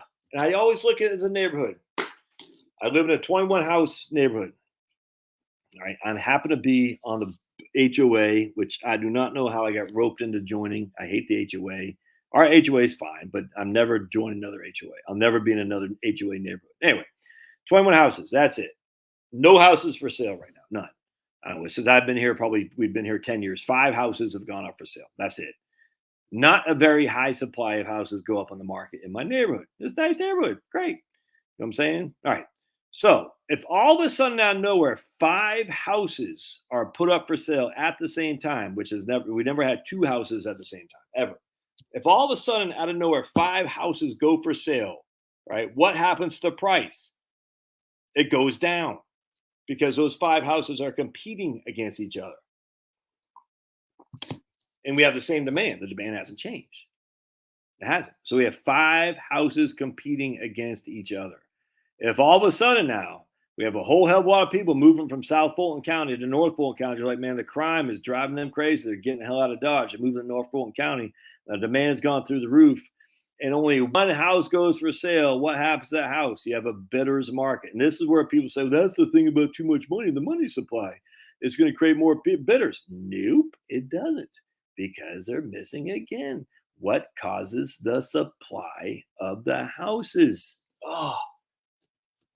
Regulation keeps houses from being built, and the whole thing. Anyway, the point being is Just think about your neighborhood. If 5 houses go on the market, the price goes down. If no houses go on the market, the prices will stay the same or go up. That's just all there is to it.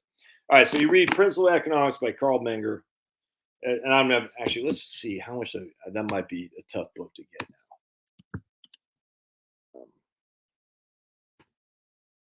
And again, we're talking the Austrian School of Economics. This is the monetarists, the Milton Friedmans. This isn't the Keynesians, the idiots. This isn't the Paul Samuelsons, the idiots. This is the Austrians, which is literally the only legit school of economics there is, because all the others are just based on fake numbers. And so we're going to go to Austria. We're going to go to Carl Menger. Carl Menger, right there. Principle of Economics. And let's see. There you go. You could buy that for $10. Look at that. $10. 100%. Hayek's good. Hayek doesn't write the way I like. Menger writes very easy to read, in my opinion. I like easy. Anyway, so there's Carl Menger. You should buy that book like yesterday. Right? And then you asked, of course, we want to go back to Mises. Tough book to read, but you should. Human Action, Treatise on Economics, Ludwig von Mises. This is probably the epitome of classic Austrian economic books right here. Anything Mises does, Ludwig von Mises. Hayek I like Hayek. I'm not trying to disparage against Hayek. I like Menger. Menger is my man. Mises is good for reason, because I'm a simple guy. And then lastly, it's just right here. Benoit Mandelbrot, and this is more of a not even economics, the misbehavior of markets, kind of economics in there. A lot of economics, financial stuff. Mandelbrot's a mathematician, just fantastic. And there's so many guys to read. Here's my man James Bovard, The Farm Fiasco. This is just sitting here, so I'm just grabbing it. How federal agriculture policy squanders billions of dollars a year, sacrifices the poor to the rich, and gives congressmen and bureaucrats vast arbitrary power over the American citizens. So many wonderful economic textbooks to read. The list goes on and on. You can't. It's the very break of dawn. Okay, so I'm glad you asked, because start with Henry Hazlitt, Economics One Lesson, then go to Menger, and the rest will just be like, wow, you'll be gobbling it up, man. I mean, I got 8 million economics books on there. Behind me upstairs over here, it's insane.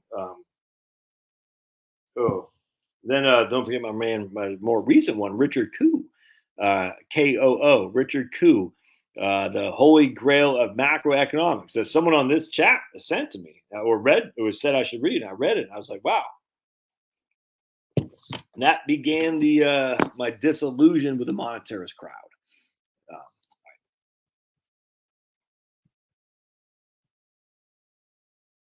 Here's Kenneth. I was so stuck on should I relocate to New Hampshire and figured it wasn't worth it. I watched some of your previous. I mean, there's a lot of reasons to move to New Hampshire, but it's not because of income tax. It's just not. The Free State Project up in New Hampshire, big fan of. But yeah, I mean, moving sucks, dude. Pain in the ass. I'm not trying to. I mean, I'm going to move at some point, but it's just like, dude, don't just move because, oh my goodness, look, Charlie Baker's a clown, but I mean, I can't stand the guy. But I mean, if you like where you're at, stay. If you have an HSA, start slamming cash in there and don't touch it before you start Medicare. Could not agree more. Oh, Kevin's wife just got home from being gone all weekend. He's going to catch the rest later. He's got to go see his wife. I'm goofing you, man. Goofing you. All right. My man says you weren't a lib loony. Just wow. Yeah, I'm sick of lib loonies. Not going to lie to you. But I'm also sick of the reactionary right wing reaction. I hate to even say that because that's a commie saying, but it's just like, oh, we got to own the libs. We're going to stick it to Joe Biden. I said, you realize the culture. You'll be on 5 to 10 years now. You'll be preaching the same thing. What the libs are doing now, you'll be saying, yes, it's just the whole thing. There's so many just fake.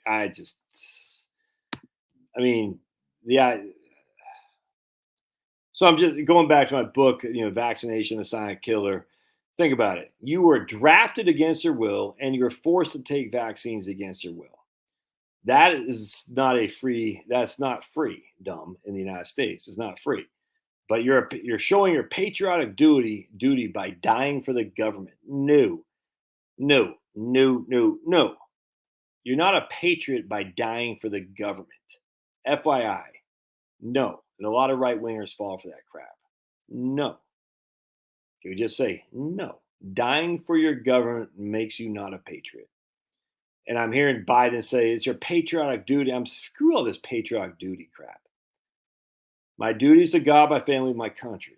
And my duty is not to my government, it's to my country. And yours should be too. 100%. I don't care if George W. Bush is in there or freaking Sniffy Joe is in there. You have no obligation to die for these two guys. None. What so flippin' ever. And after what we saw about the lies that got us in Afghanistan and Iraq, now we know you have no obligation. In fact, I would argue you're crazy if you go fight for these people because they don't give two craps about you at all. They don't. The only person remotely would be Trumpster, because Trump is a patriot in the true sense. I really believe that. And he is 100%. And I truly believe Trump believed in the vaccines. And I think he still does. I think Trump is a true believer. I mean, he's wrong, but he's a true believer. So like, I can't remember the passage of the Bible, but I'm drawing a blank. But it's kind of like he thought he was right. I'm drawing a blank. Like the guy was like, why would Jesus or God approve of that guy's actions? I forgot what it was, but because he thought he was doing right. And Trump, I think he truly believes that he's doing right by promoting the biggest vaccine salesman since Gerald Ford. And he's wrong, and it's sickening to me that guy so falls for it. But Trump was a germaphobe from a long time ago. All right. Oh hell, I'm not going to Canada. One time I entertained the idea because the Canadian dollar had fallen so much. Let's take a gander. Let's go to against the U.S. dollar. So wouldn't it be cool to buy a house in Halifax in Nova Scotia? So let's take a gander. Okay. Oh my! Wait a second. No.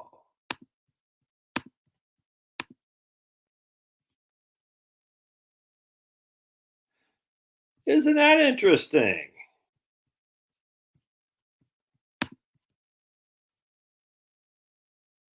Hold on just a second. Interesting.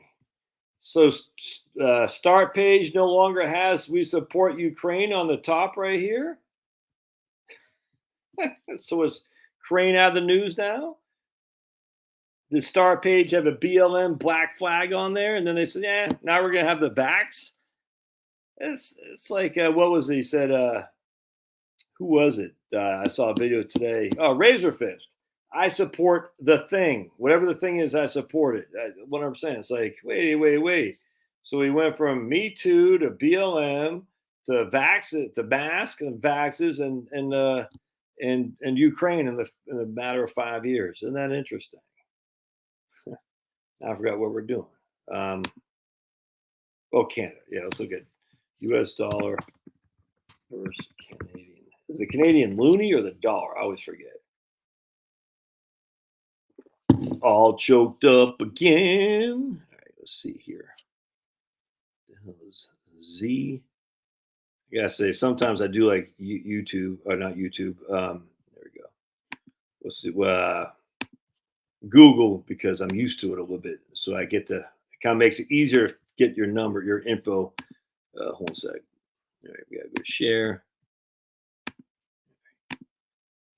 All right, so there we go. All right, so let's say you saw a house in Canada for $200,000. I'm just using that for example. You say, how much would that cost me in U.S. dollars?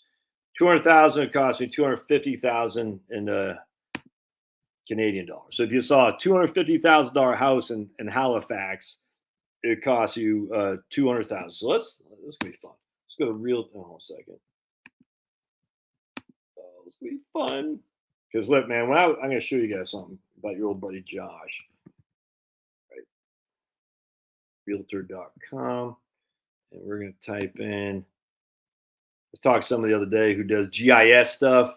And I just like, why do we always love maps? I've always loved maps, man. Always. Halifax.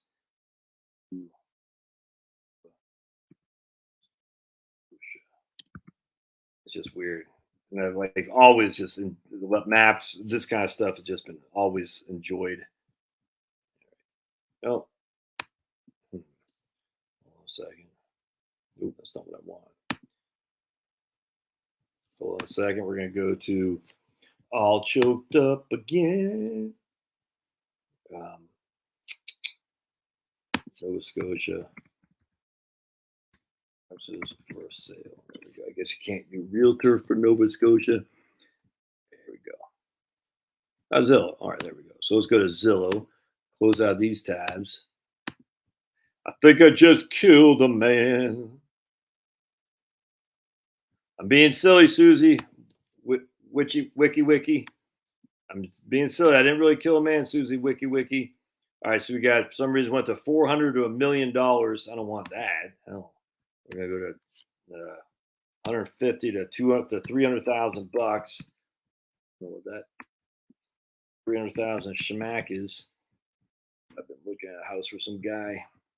All right, so let's see what we got here. Anyway, so when I was growing up, my friends, so I grew up right here.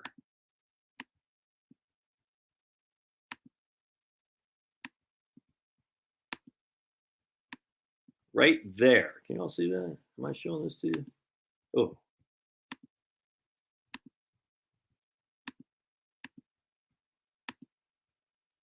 So I grew up right there, Peaks Island. All right, so then you have the Prince of Fundy boat will leave from Portland to go up the Bay of Fundy into Nova Scotia. So go past my island, past on the in between my island and Cliff Island, which is right there. It goes zoopsh, and then take off that way. And oops, I gotta go the other way. And I always said, sitting on the beach as a poor kid on Peaks Island, that's where all the rich people got on that boat, and the rich people went up to Yarmouth, Nova Scotia, Bay of Fundy. And I always said, man, one of these days I'm going to take that boat.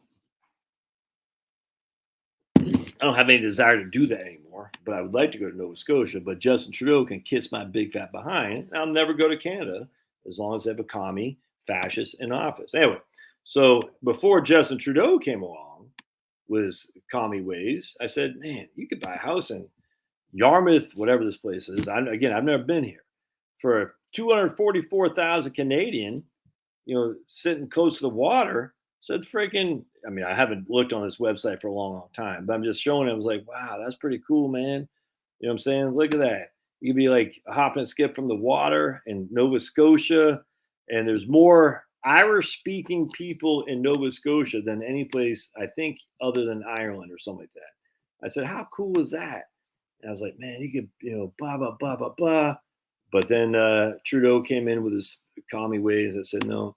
And I mean, I'm just giving an example here. So you can say, man, you tell me I could buy a house in Nova Scotia that close to the water? Whoa. Yeah, how cool is that? That's pretty fun. I always thought that was fun. I'd have no real big desire to have two houses, frankly. I'm a lazy guy. Seems like a pain in the butt. But anyway, I always thought that was fun. Yeah, right here, my man Ricky Sheets. Paid off my mortgage years before retirement, then packed IRA Max until retired. 100%, dude. The Dems are running out of time to have the power. What damage will they do on their way out? Yeah, well, that's assuming the Republicans are going to fix things. The Republicans just slow down the decline. Have I heard finally shutting down Palisades? I don't even know what that means. What's a Palisade?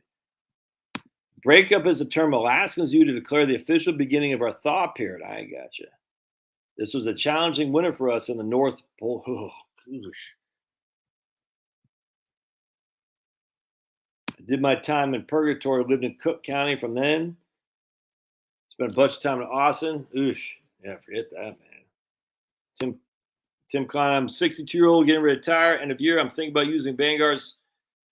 Yeah, I don't have any problem with Vanguard's personal advisory service. I don't.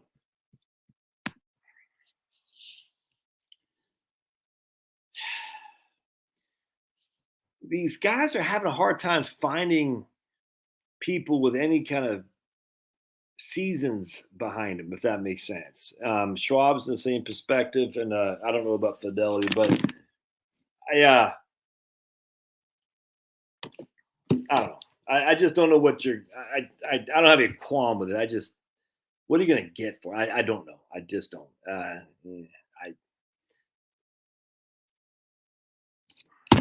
don't. I got feign. What's the word I'm looking for? Ignorance there to some regard. I know there's some good advisors, but I know there's some crappy ones, and I don't know what you're going to get. That's the problem. Oh, Brian says he missed the day when people didn't wear their party on their sleeve while less fighting. I guarantee Brian doesn't say that when he's on a liberal show. You know what I'm saying? I guarantee. And the funny thing is, Brian, at the end of the day, this wasn't by the choice. This was by force. So you could wish that the Democrats didn't force us to choose sides, but unfortunately, those days are long gone. So you're going to have to choose sides. That's all there is to it. Now, I don't like the Republicans very much, but I despise the Democrats. So as long as the Democrats are as nuts as they are, which they are, I mean, the idea that their Supreme Court judge can't define a woman, that's just, it's pure insanity. And she's only there because she's black. We know this. I mean, did Amy Coney Barrett get there because she was a woman? Absolutely, 100%. At least she wasn't an Ivy League grad, thank the good Lord. But yes, I mean, Trump wasn't going to get another white guy. I get all that. But Biden said right out of the gate, I'm going to get a black woman. At least Trump didn't say, I'm going to get a woman. But without question, Amy Coney Barrett was there primarily because she's a chick. Everyone knows this. But the facts are that this chick can't define a woman because she's not a biologist. It's nuts. And it's okay. It is what it is. Enjoy the ride. It's going to be fun. But don't give me this, I wish people didn't wear their politics on their sleeves, because you don't like my politics. Facts are, dude, that bridge has sailed. That boat has sailed. And now it's time to pick a side, because regardless of what you think about politics thinks about you. That's what I'm thinking. It's always kind of cracking me up. I don't care about politics. That's great. That politics cares about you, and they hope you don't care. Let's see. All right, so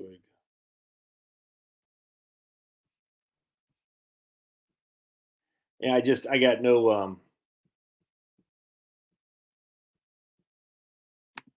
I get more viewers on than any other state. I get no patience for the politics. I just don't care, because what that means is you don't like my side, and you want people to say what you want to hear. And I get it. You know, I used to follow this guy, some history guy I liked. He was in the army, he lived in Hawaii, and then he started going political. I said, no, I'm out. I just don't want to hear it. You know what I'm saying?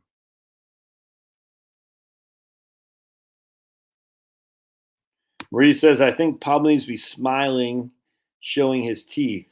Yeah, he doesn't smile.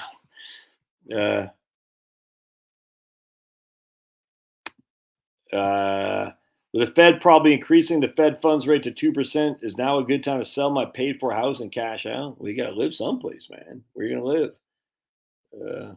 We were talking. Okay, good. So let's keep going down here. All right.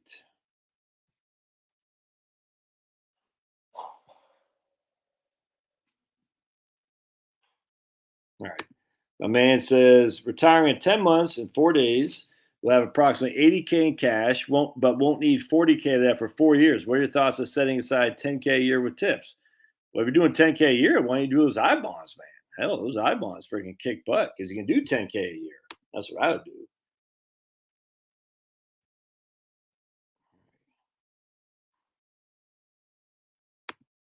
Yeah, I think Trump is the biggest. Obama's the biggest firearm salesman in history of mankind, and Trump's the biggest vaccine salesman in the history of mankind. Trump did it because I think he truly believed in it. Obama didn't believe in firearms, but people believed that he was a anti-firearm Nazi, which he is. And people said, "Okay, we'll we will then go ahead and honor your commitment to taking away our firearms."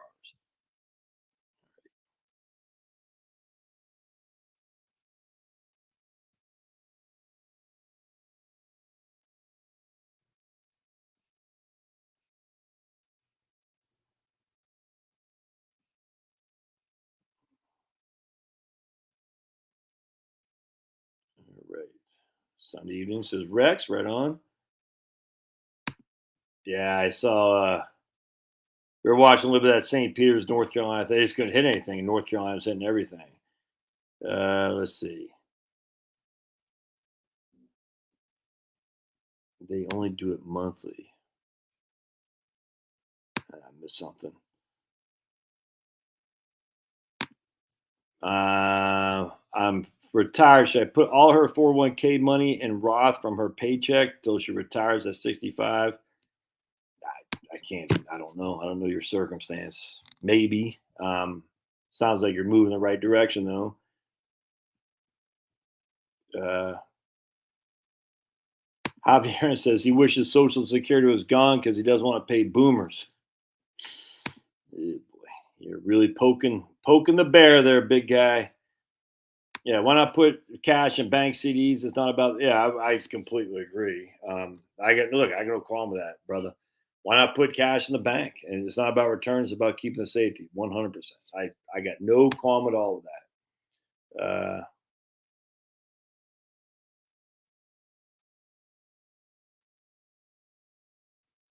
Ray says if you are 5 years or less from retirement, know that there are 4+ sell signals on right now. I don't know what that means. I just did a video on the real estate bubble, not about the burst. Watch that video. I just posted that today on both my channels by accident. I usually don't like to do that, but I didn't realize which channel I had up. Someone asked about economics books too. Another great thing here is on go to let's see.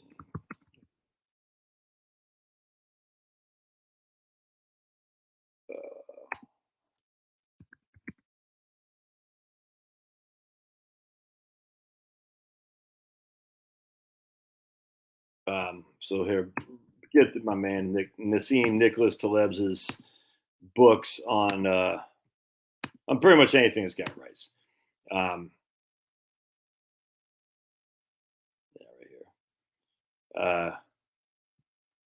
So get this set. Nassim Nicholas, Fooled by Randomness, Black Swan, the better. I haven't read this one. Oh man, there's only had four. Okay, sweet. So Skin the Game, Anti-Fragile, the Black Swan, Fooled by Randomness, and the Bed of Procrustes, whatever that is.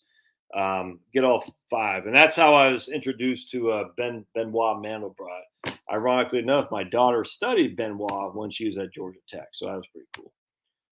Nassim Nicholas Taleb, and he fell for the COVID crap. I don't know why he did. It was weird to me. I said, "Damn, Nassim, the hell." I mean, it was like my man Michael Edison, and I love Michael Edison. Big guy, long time, first time, and I've interviewed him a couple times on my channel. He's a pretty elaborate mathematician. I mean, the guy knows stuff, and I could not believe he fell for the climate change crap. At least Nassim Nicholas didn't. But Michael said, "But Josh, why would they lie?" I was like, "What?" Because Michael destroys the investment industry. He kills them. He's like, "Dude, these guys are freaking idiots." He pulls no punches. It's awesome. Read him. I said, I couldn't believe. I was like, why do they lie? He goes, "I know why the investment people lie, because they can make money. Why would the climate change scaremongers lie?" I said, I can't believe you can't see this. I couldn't believe it. I still can't. He's starting to see it. Not so much that these guys are evil scumbags trying to get rich off the fear of climate change, the Al Gore-ish, but he's starting to see that there's more to the story, which makes me happy because the idea, and I love going on various websites, these scaremongers. Well, we got to do something. And I said, I bet these are all financial guys who are all flying around. They're probably half of them own jets. I said, oh yeah, hey, well, when's the last time you flown? Well, you can't expect me to drop everything I can. If you literally believe the world's going to fall apart because of CO2, you should freaking get out of your damn plane and get a bicycle. You freaking fool! I'm sick of this crap. My man Brian said, I wish we'd have to get political. We get political because your life is at stake, dude. Your very freaking life is at stake. Wake the hell up and fight back. And you fight back by saying, no, we are going to be political back at you because they don't want you to be engaged. How do people not see this now? They want you to be, I just want to get along. That's how we got here because we didn't have the guts to say, no. You want to freaking make my cost of energy go through the roof? Get off your damn plane. Get the hell off there. But I buy carbon credits. No, you freaking don't. You don't buy carbon credits. And carbon credits are a big fat scam anyway. In fact, I still find it ironic. I try not to laugh at people's deaths. But one of the biggest traders of carbon credits, one of the biggest traders, died in a plane crash. His plane went down in Colorado or something like that. And I said, how ironic. I hate CO2, so I'm going to have carbon credits, and I'm going to die in a plane crash. You can't do that. You can't do that, man. It's like a freaking priest. He's preaching against the evils of gambling, and he's going to Las Vegas. It's like me. I don't like alcohol. And all of a sudden, I'm freaking drinking pints of Guinness. And I wish I could drink pints of Guinness. I can't. There's no such thing as a pint of Guinness for old Josh. There ain't one. Can't do it. Much I'd love to be drinking pints of Guinness right now, I know I can't. Which is too bad. All right. Anyway, so my man Ricky Shee said, what do I think about the real estate bubble? And there ain't one. I'm just telling you right now. So I did my video earlier today. Sure sign of a housing bubble about to pop. And I literally meant being facetious. It's not going to pop. Not going to. Well, good. There's nothing wrong with buying insurance for insurance, not investment. You don't buy whole life for investment. Just FYI. You're talking VUL, variable universal life. That's investment. Whole life isn't like that. It's just a cash component to it. It's not. It's like an investment, like a CD's investment. They're just not. But you also get life insurance to go with it. That's just a fact. And there's always, anytime you're combining, it's kind of like, should I buy stuff with downside risk mitigation? Well, yeah, that means you're going to lose some upside. And that's nothing wrong with that. But let's be sure that we know what we're getting into. You can't have both. You can't have full upside without and downside risk protection. It doesn't work like that.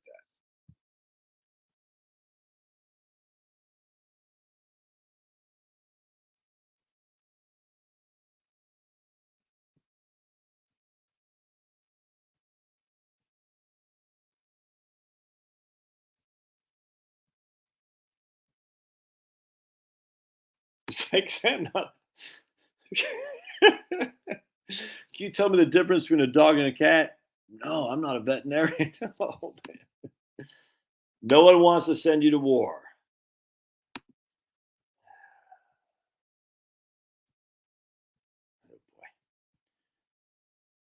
Oh, Jeremy, once again, just like the other night, jumped up to watch Legal Mindset.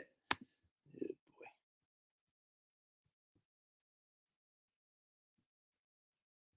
boy. Hey, there you go. 30 October 22 is my buyout day for my corporate COJ. Awesome. They're never going to eliminate RMDs. They want the taxes. And in fact, if anything, they're going to squeeze them. You can see that a mile away.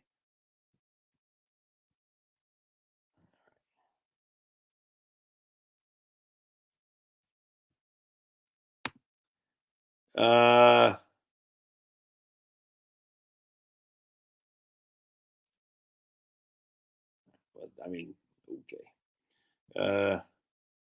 Charlotte needs to fix the edit button. I don't get it.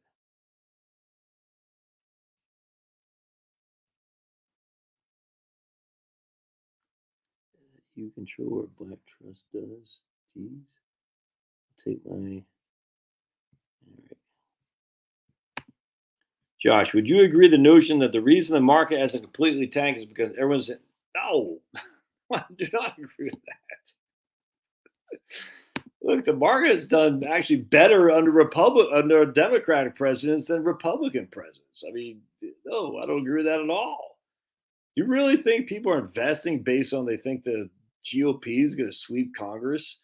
And remember, the Congress is both houses, the House of Representatives and the Senate. So don't say Congress and the Senate. You say the House and the Senate, or you say Congress. No, not in the least, man. I don't think so at all. I think at the end of the day, it has to do with we have what I've talked about a million times a Sunday. You have low interest rates, right? You have low interest rates. People say I can invest in bonds at 2% and get killed by inflation. That's their thinking. I don't agree with it, but I get it. Or I can invest in stocks and I know it'll be up and down, but at least I get a dividend, potential for more growth. Or I can invest in real estate. One of those three things. So, I mean, people have money and what are they going to do with it? Now, can you say people have money because of the stimulus? I highly suspect that's not the case. I don't think so. I think there's some people, I'm not going to lie. The stimulus checks, I think that what's done is they've done studies and most people use a stimulus check to put in savings and to do what? To pay off debt. 100%. There's been some cash out refis, 100%. We know that. A lot of that money's probably found its way to stocks.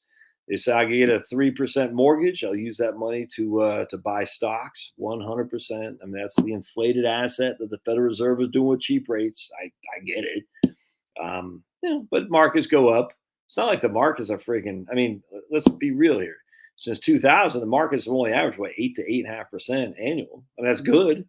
It's a doubling every 9 years, but it's not like the markets have been phenomenal.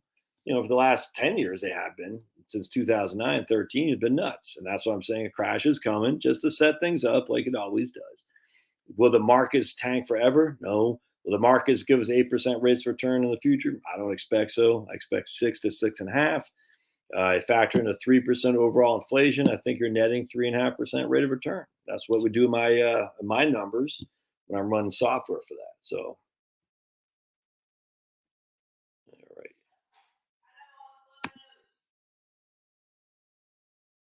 Yeah, 70% bonds and 30% cash doesn't bother me in the least. Won the game, no need to play, and you can put your head down at night and sleep comfortably, 100%. Yeah, when I found out the corporation owned your ideas, if you tell them, I was done, 100%. All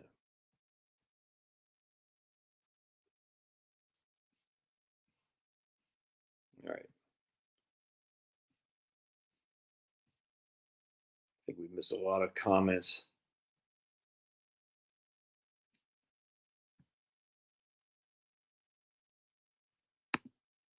Yeah, I don't pay everything in cash, but I try to pay a lot of stuff in cash. That's for sure. I paying stuff in cash is very. I tell you, man. I don't, why would you be against doing that? I don't get that. All right. When the wife cheats, is somehow the man's fault. Damn, Dave said that. I don't get that at all. What's up, dog man?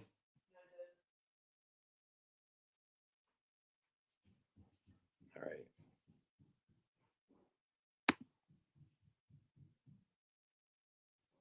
Oh boy, look at this. We got a. Oh, we got a span. Oh, no, I can't. All right. Oh boy. You got it, James. All right, my friends, we're going up on 2 hours. We can get on out of here. Um, why do we still mint the penny? Because it keeps jobs in Tennessee, believe it or not. Isn't that crazy?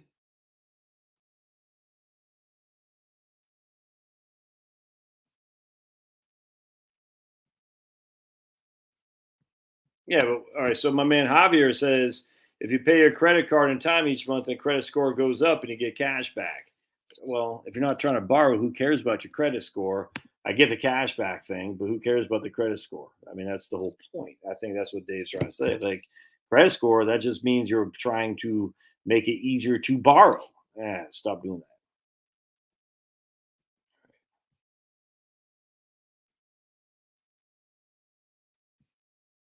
that. Imagine listening to Dave's advice in 2022 and trying to buy a house in cash. So Javier's Well, so the alternative is to take a big fat mortgage. But if you've been not having debt like Dave talks about, you've been saving up your money for 10 years or so, you could buy a house in cash. If you just drove an older car, paid everything in cash, ate rice and beans until you got out of debt, use that money that you no longer use for your other debt payments and build up your cash. That's what Owen Benjamin's doing. Buying a house and building a house in freaking Idaho. And Idaho ain't cheap. Cash money, no debt. It's the way to go. All right. Money's applying comes from my wife's purse. That's classic. Good one, Rex. That's pretty good, man.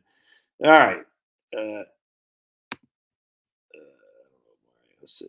If I make a full circle with Social Security and dividends, why would I hurt my returns with buying bonds to balance my investments? Not sure. Positive theory of capital. Another Mises guy right here, which I like. Mises Institute, which I attend, and you should attend too, everybody. Don't know how Baum Bauer, don't know how to pronounce the name because I'm from Maine.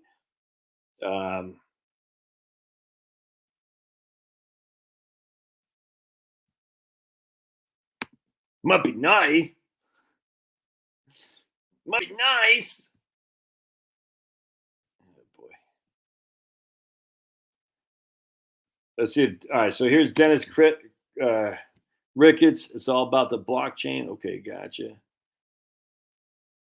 Home is where your grandkids live. Right on, man.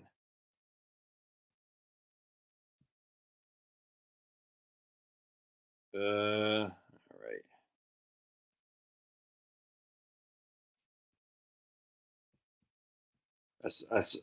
I saw a thing about the rich young man in Mark 10 and Matthew 19.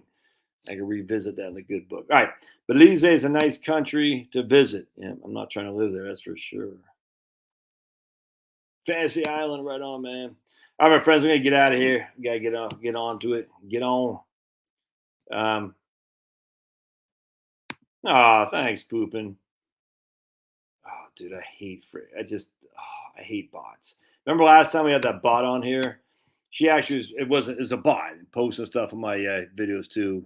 We all laughed at her. And she was, "I'm not a bot." It was totally a bot. 100%. It's you see these bot farms. That's why I'm not on Twitter because Twitter's nothing but bots. YouTube channel. We got a lot more live people. There are bots for sure, but it was uh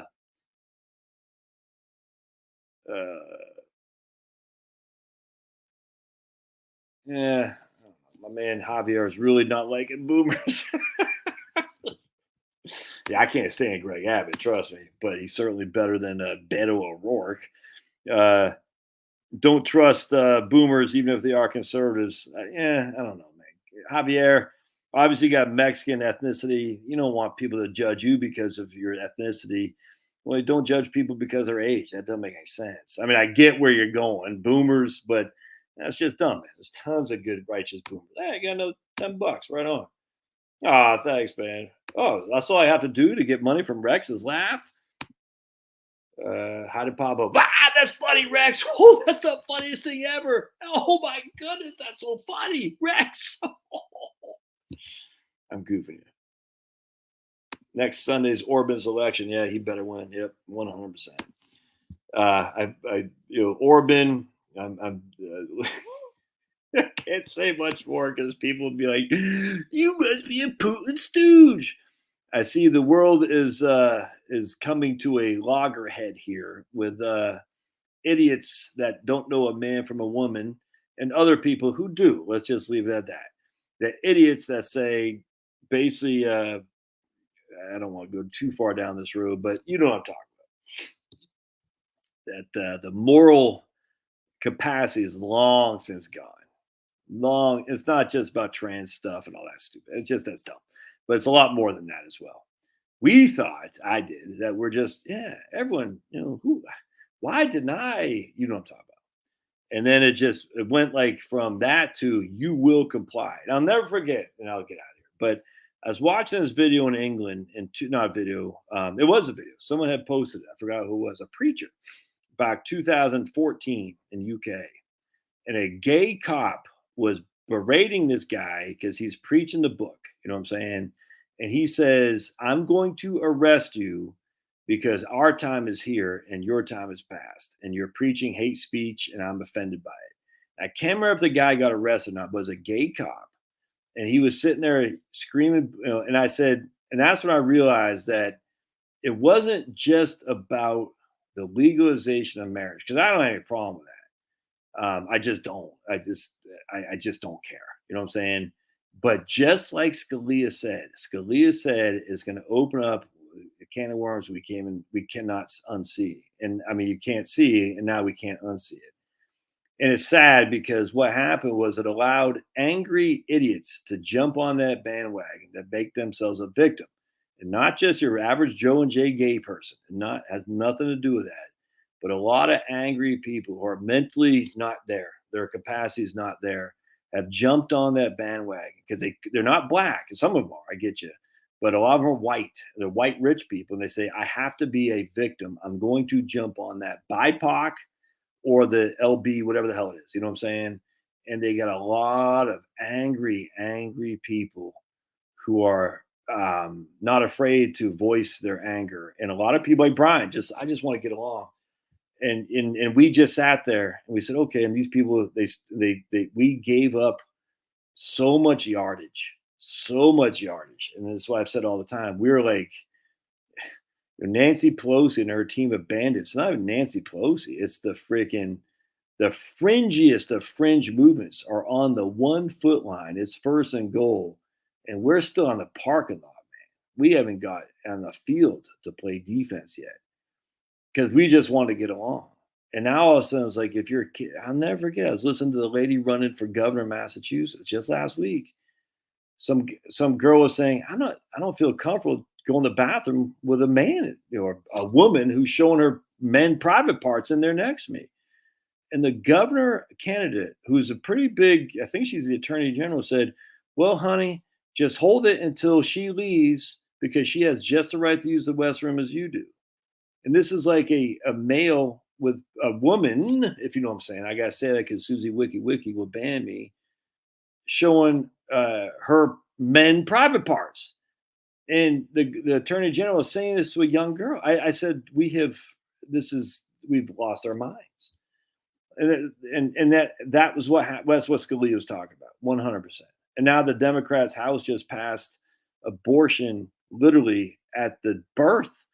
Now that isn't going to pass the Senate, I guarantee. But the idea that 220 people in the House of Representatives have found that acceptable to pass a law that says you can abort your child up to the freaking 9th month and whatever it is. I mean, it's insanity.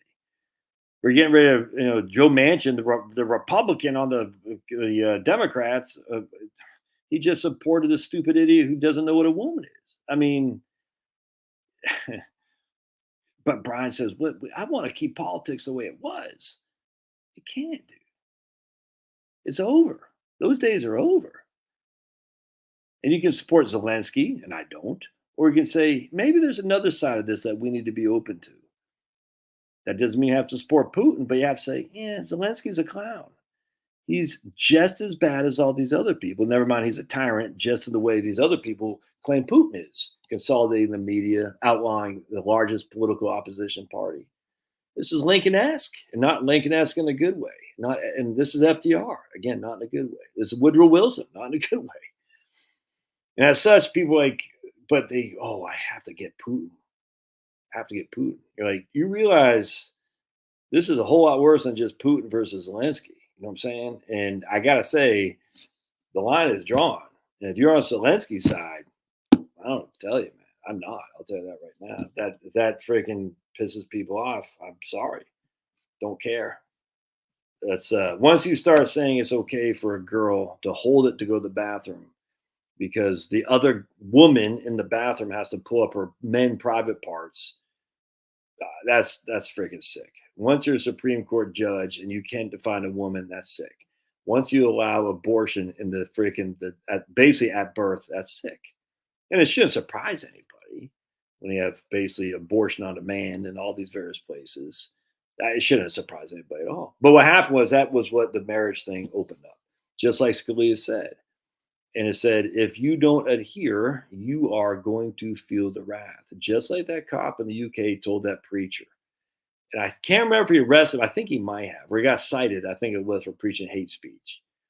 I said, it's coming, man. And so instead of looking at the Muslims as our enemies, maybe we look at the Muslims as our allies and say, dudes, we need you probably more than you need us, frankly. But we need you because this fight, they're going to come for you too. These aren't Christian. These aren't even atheists.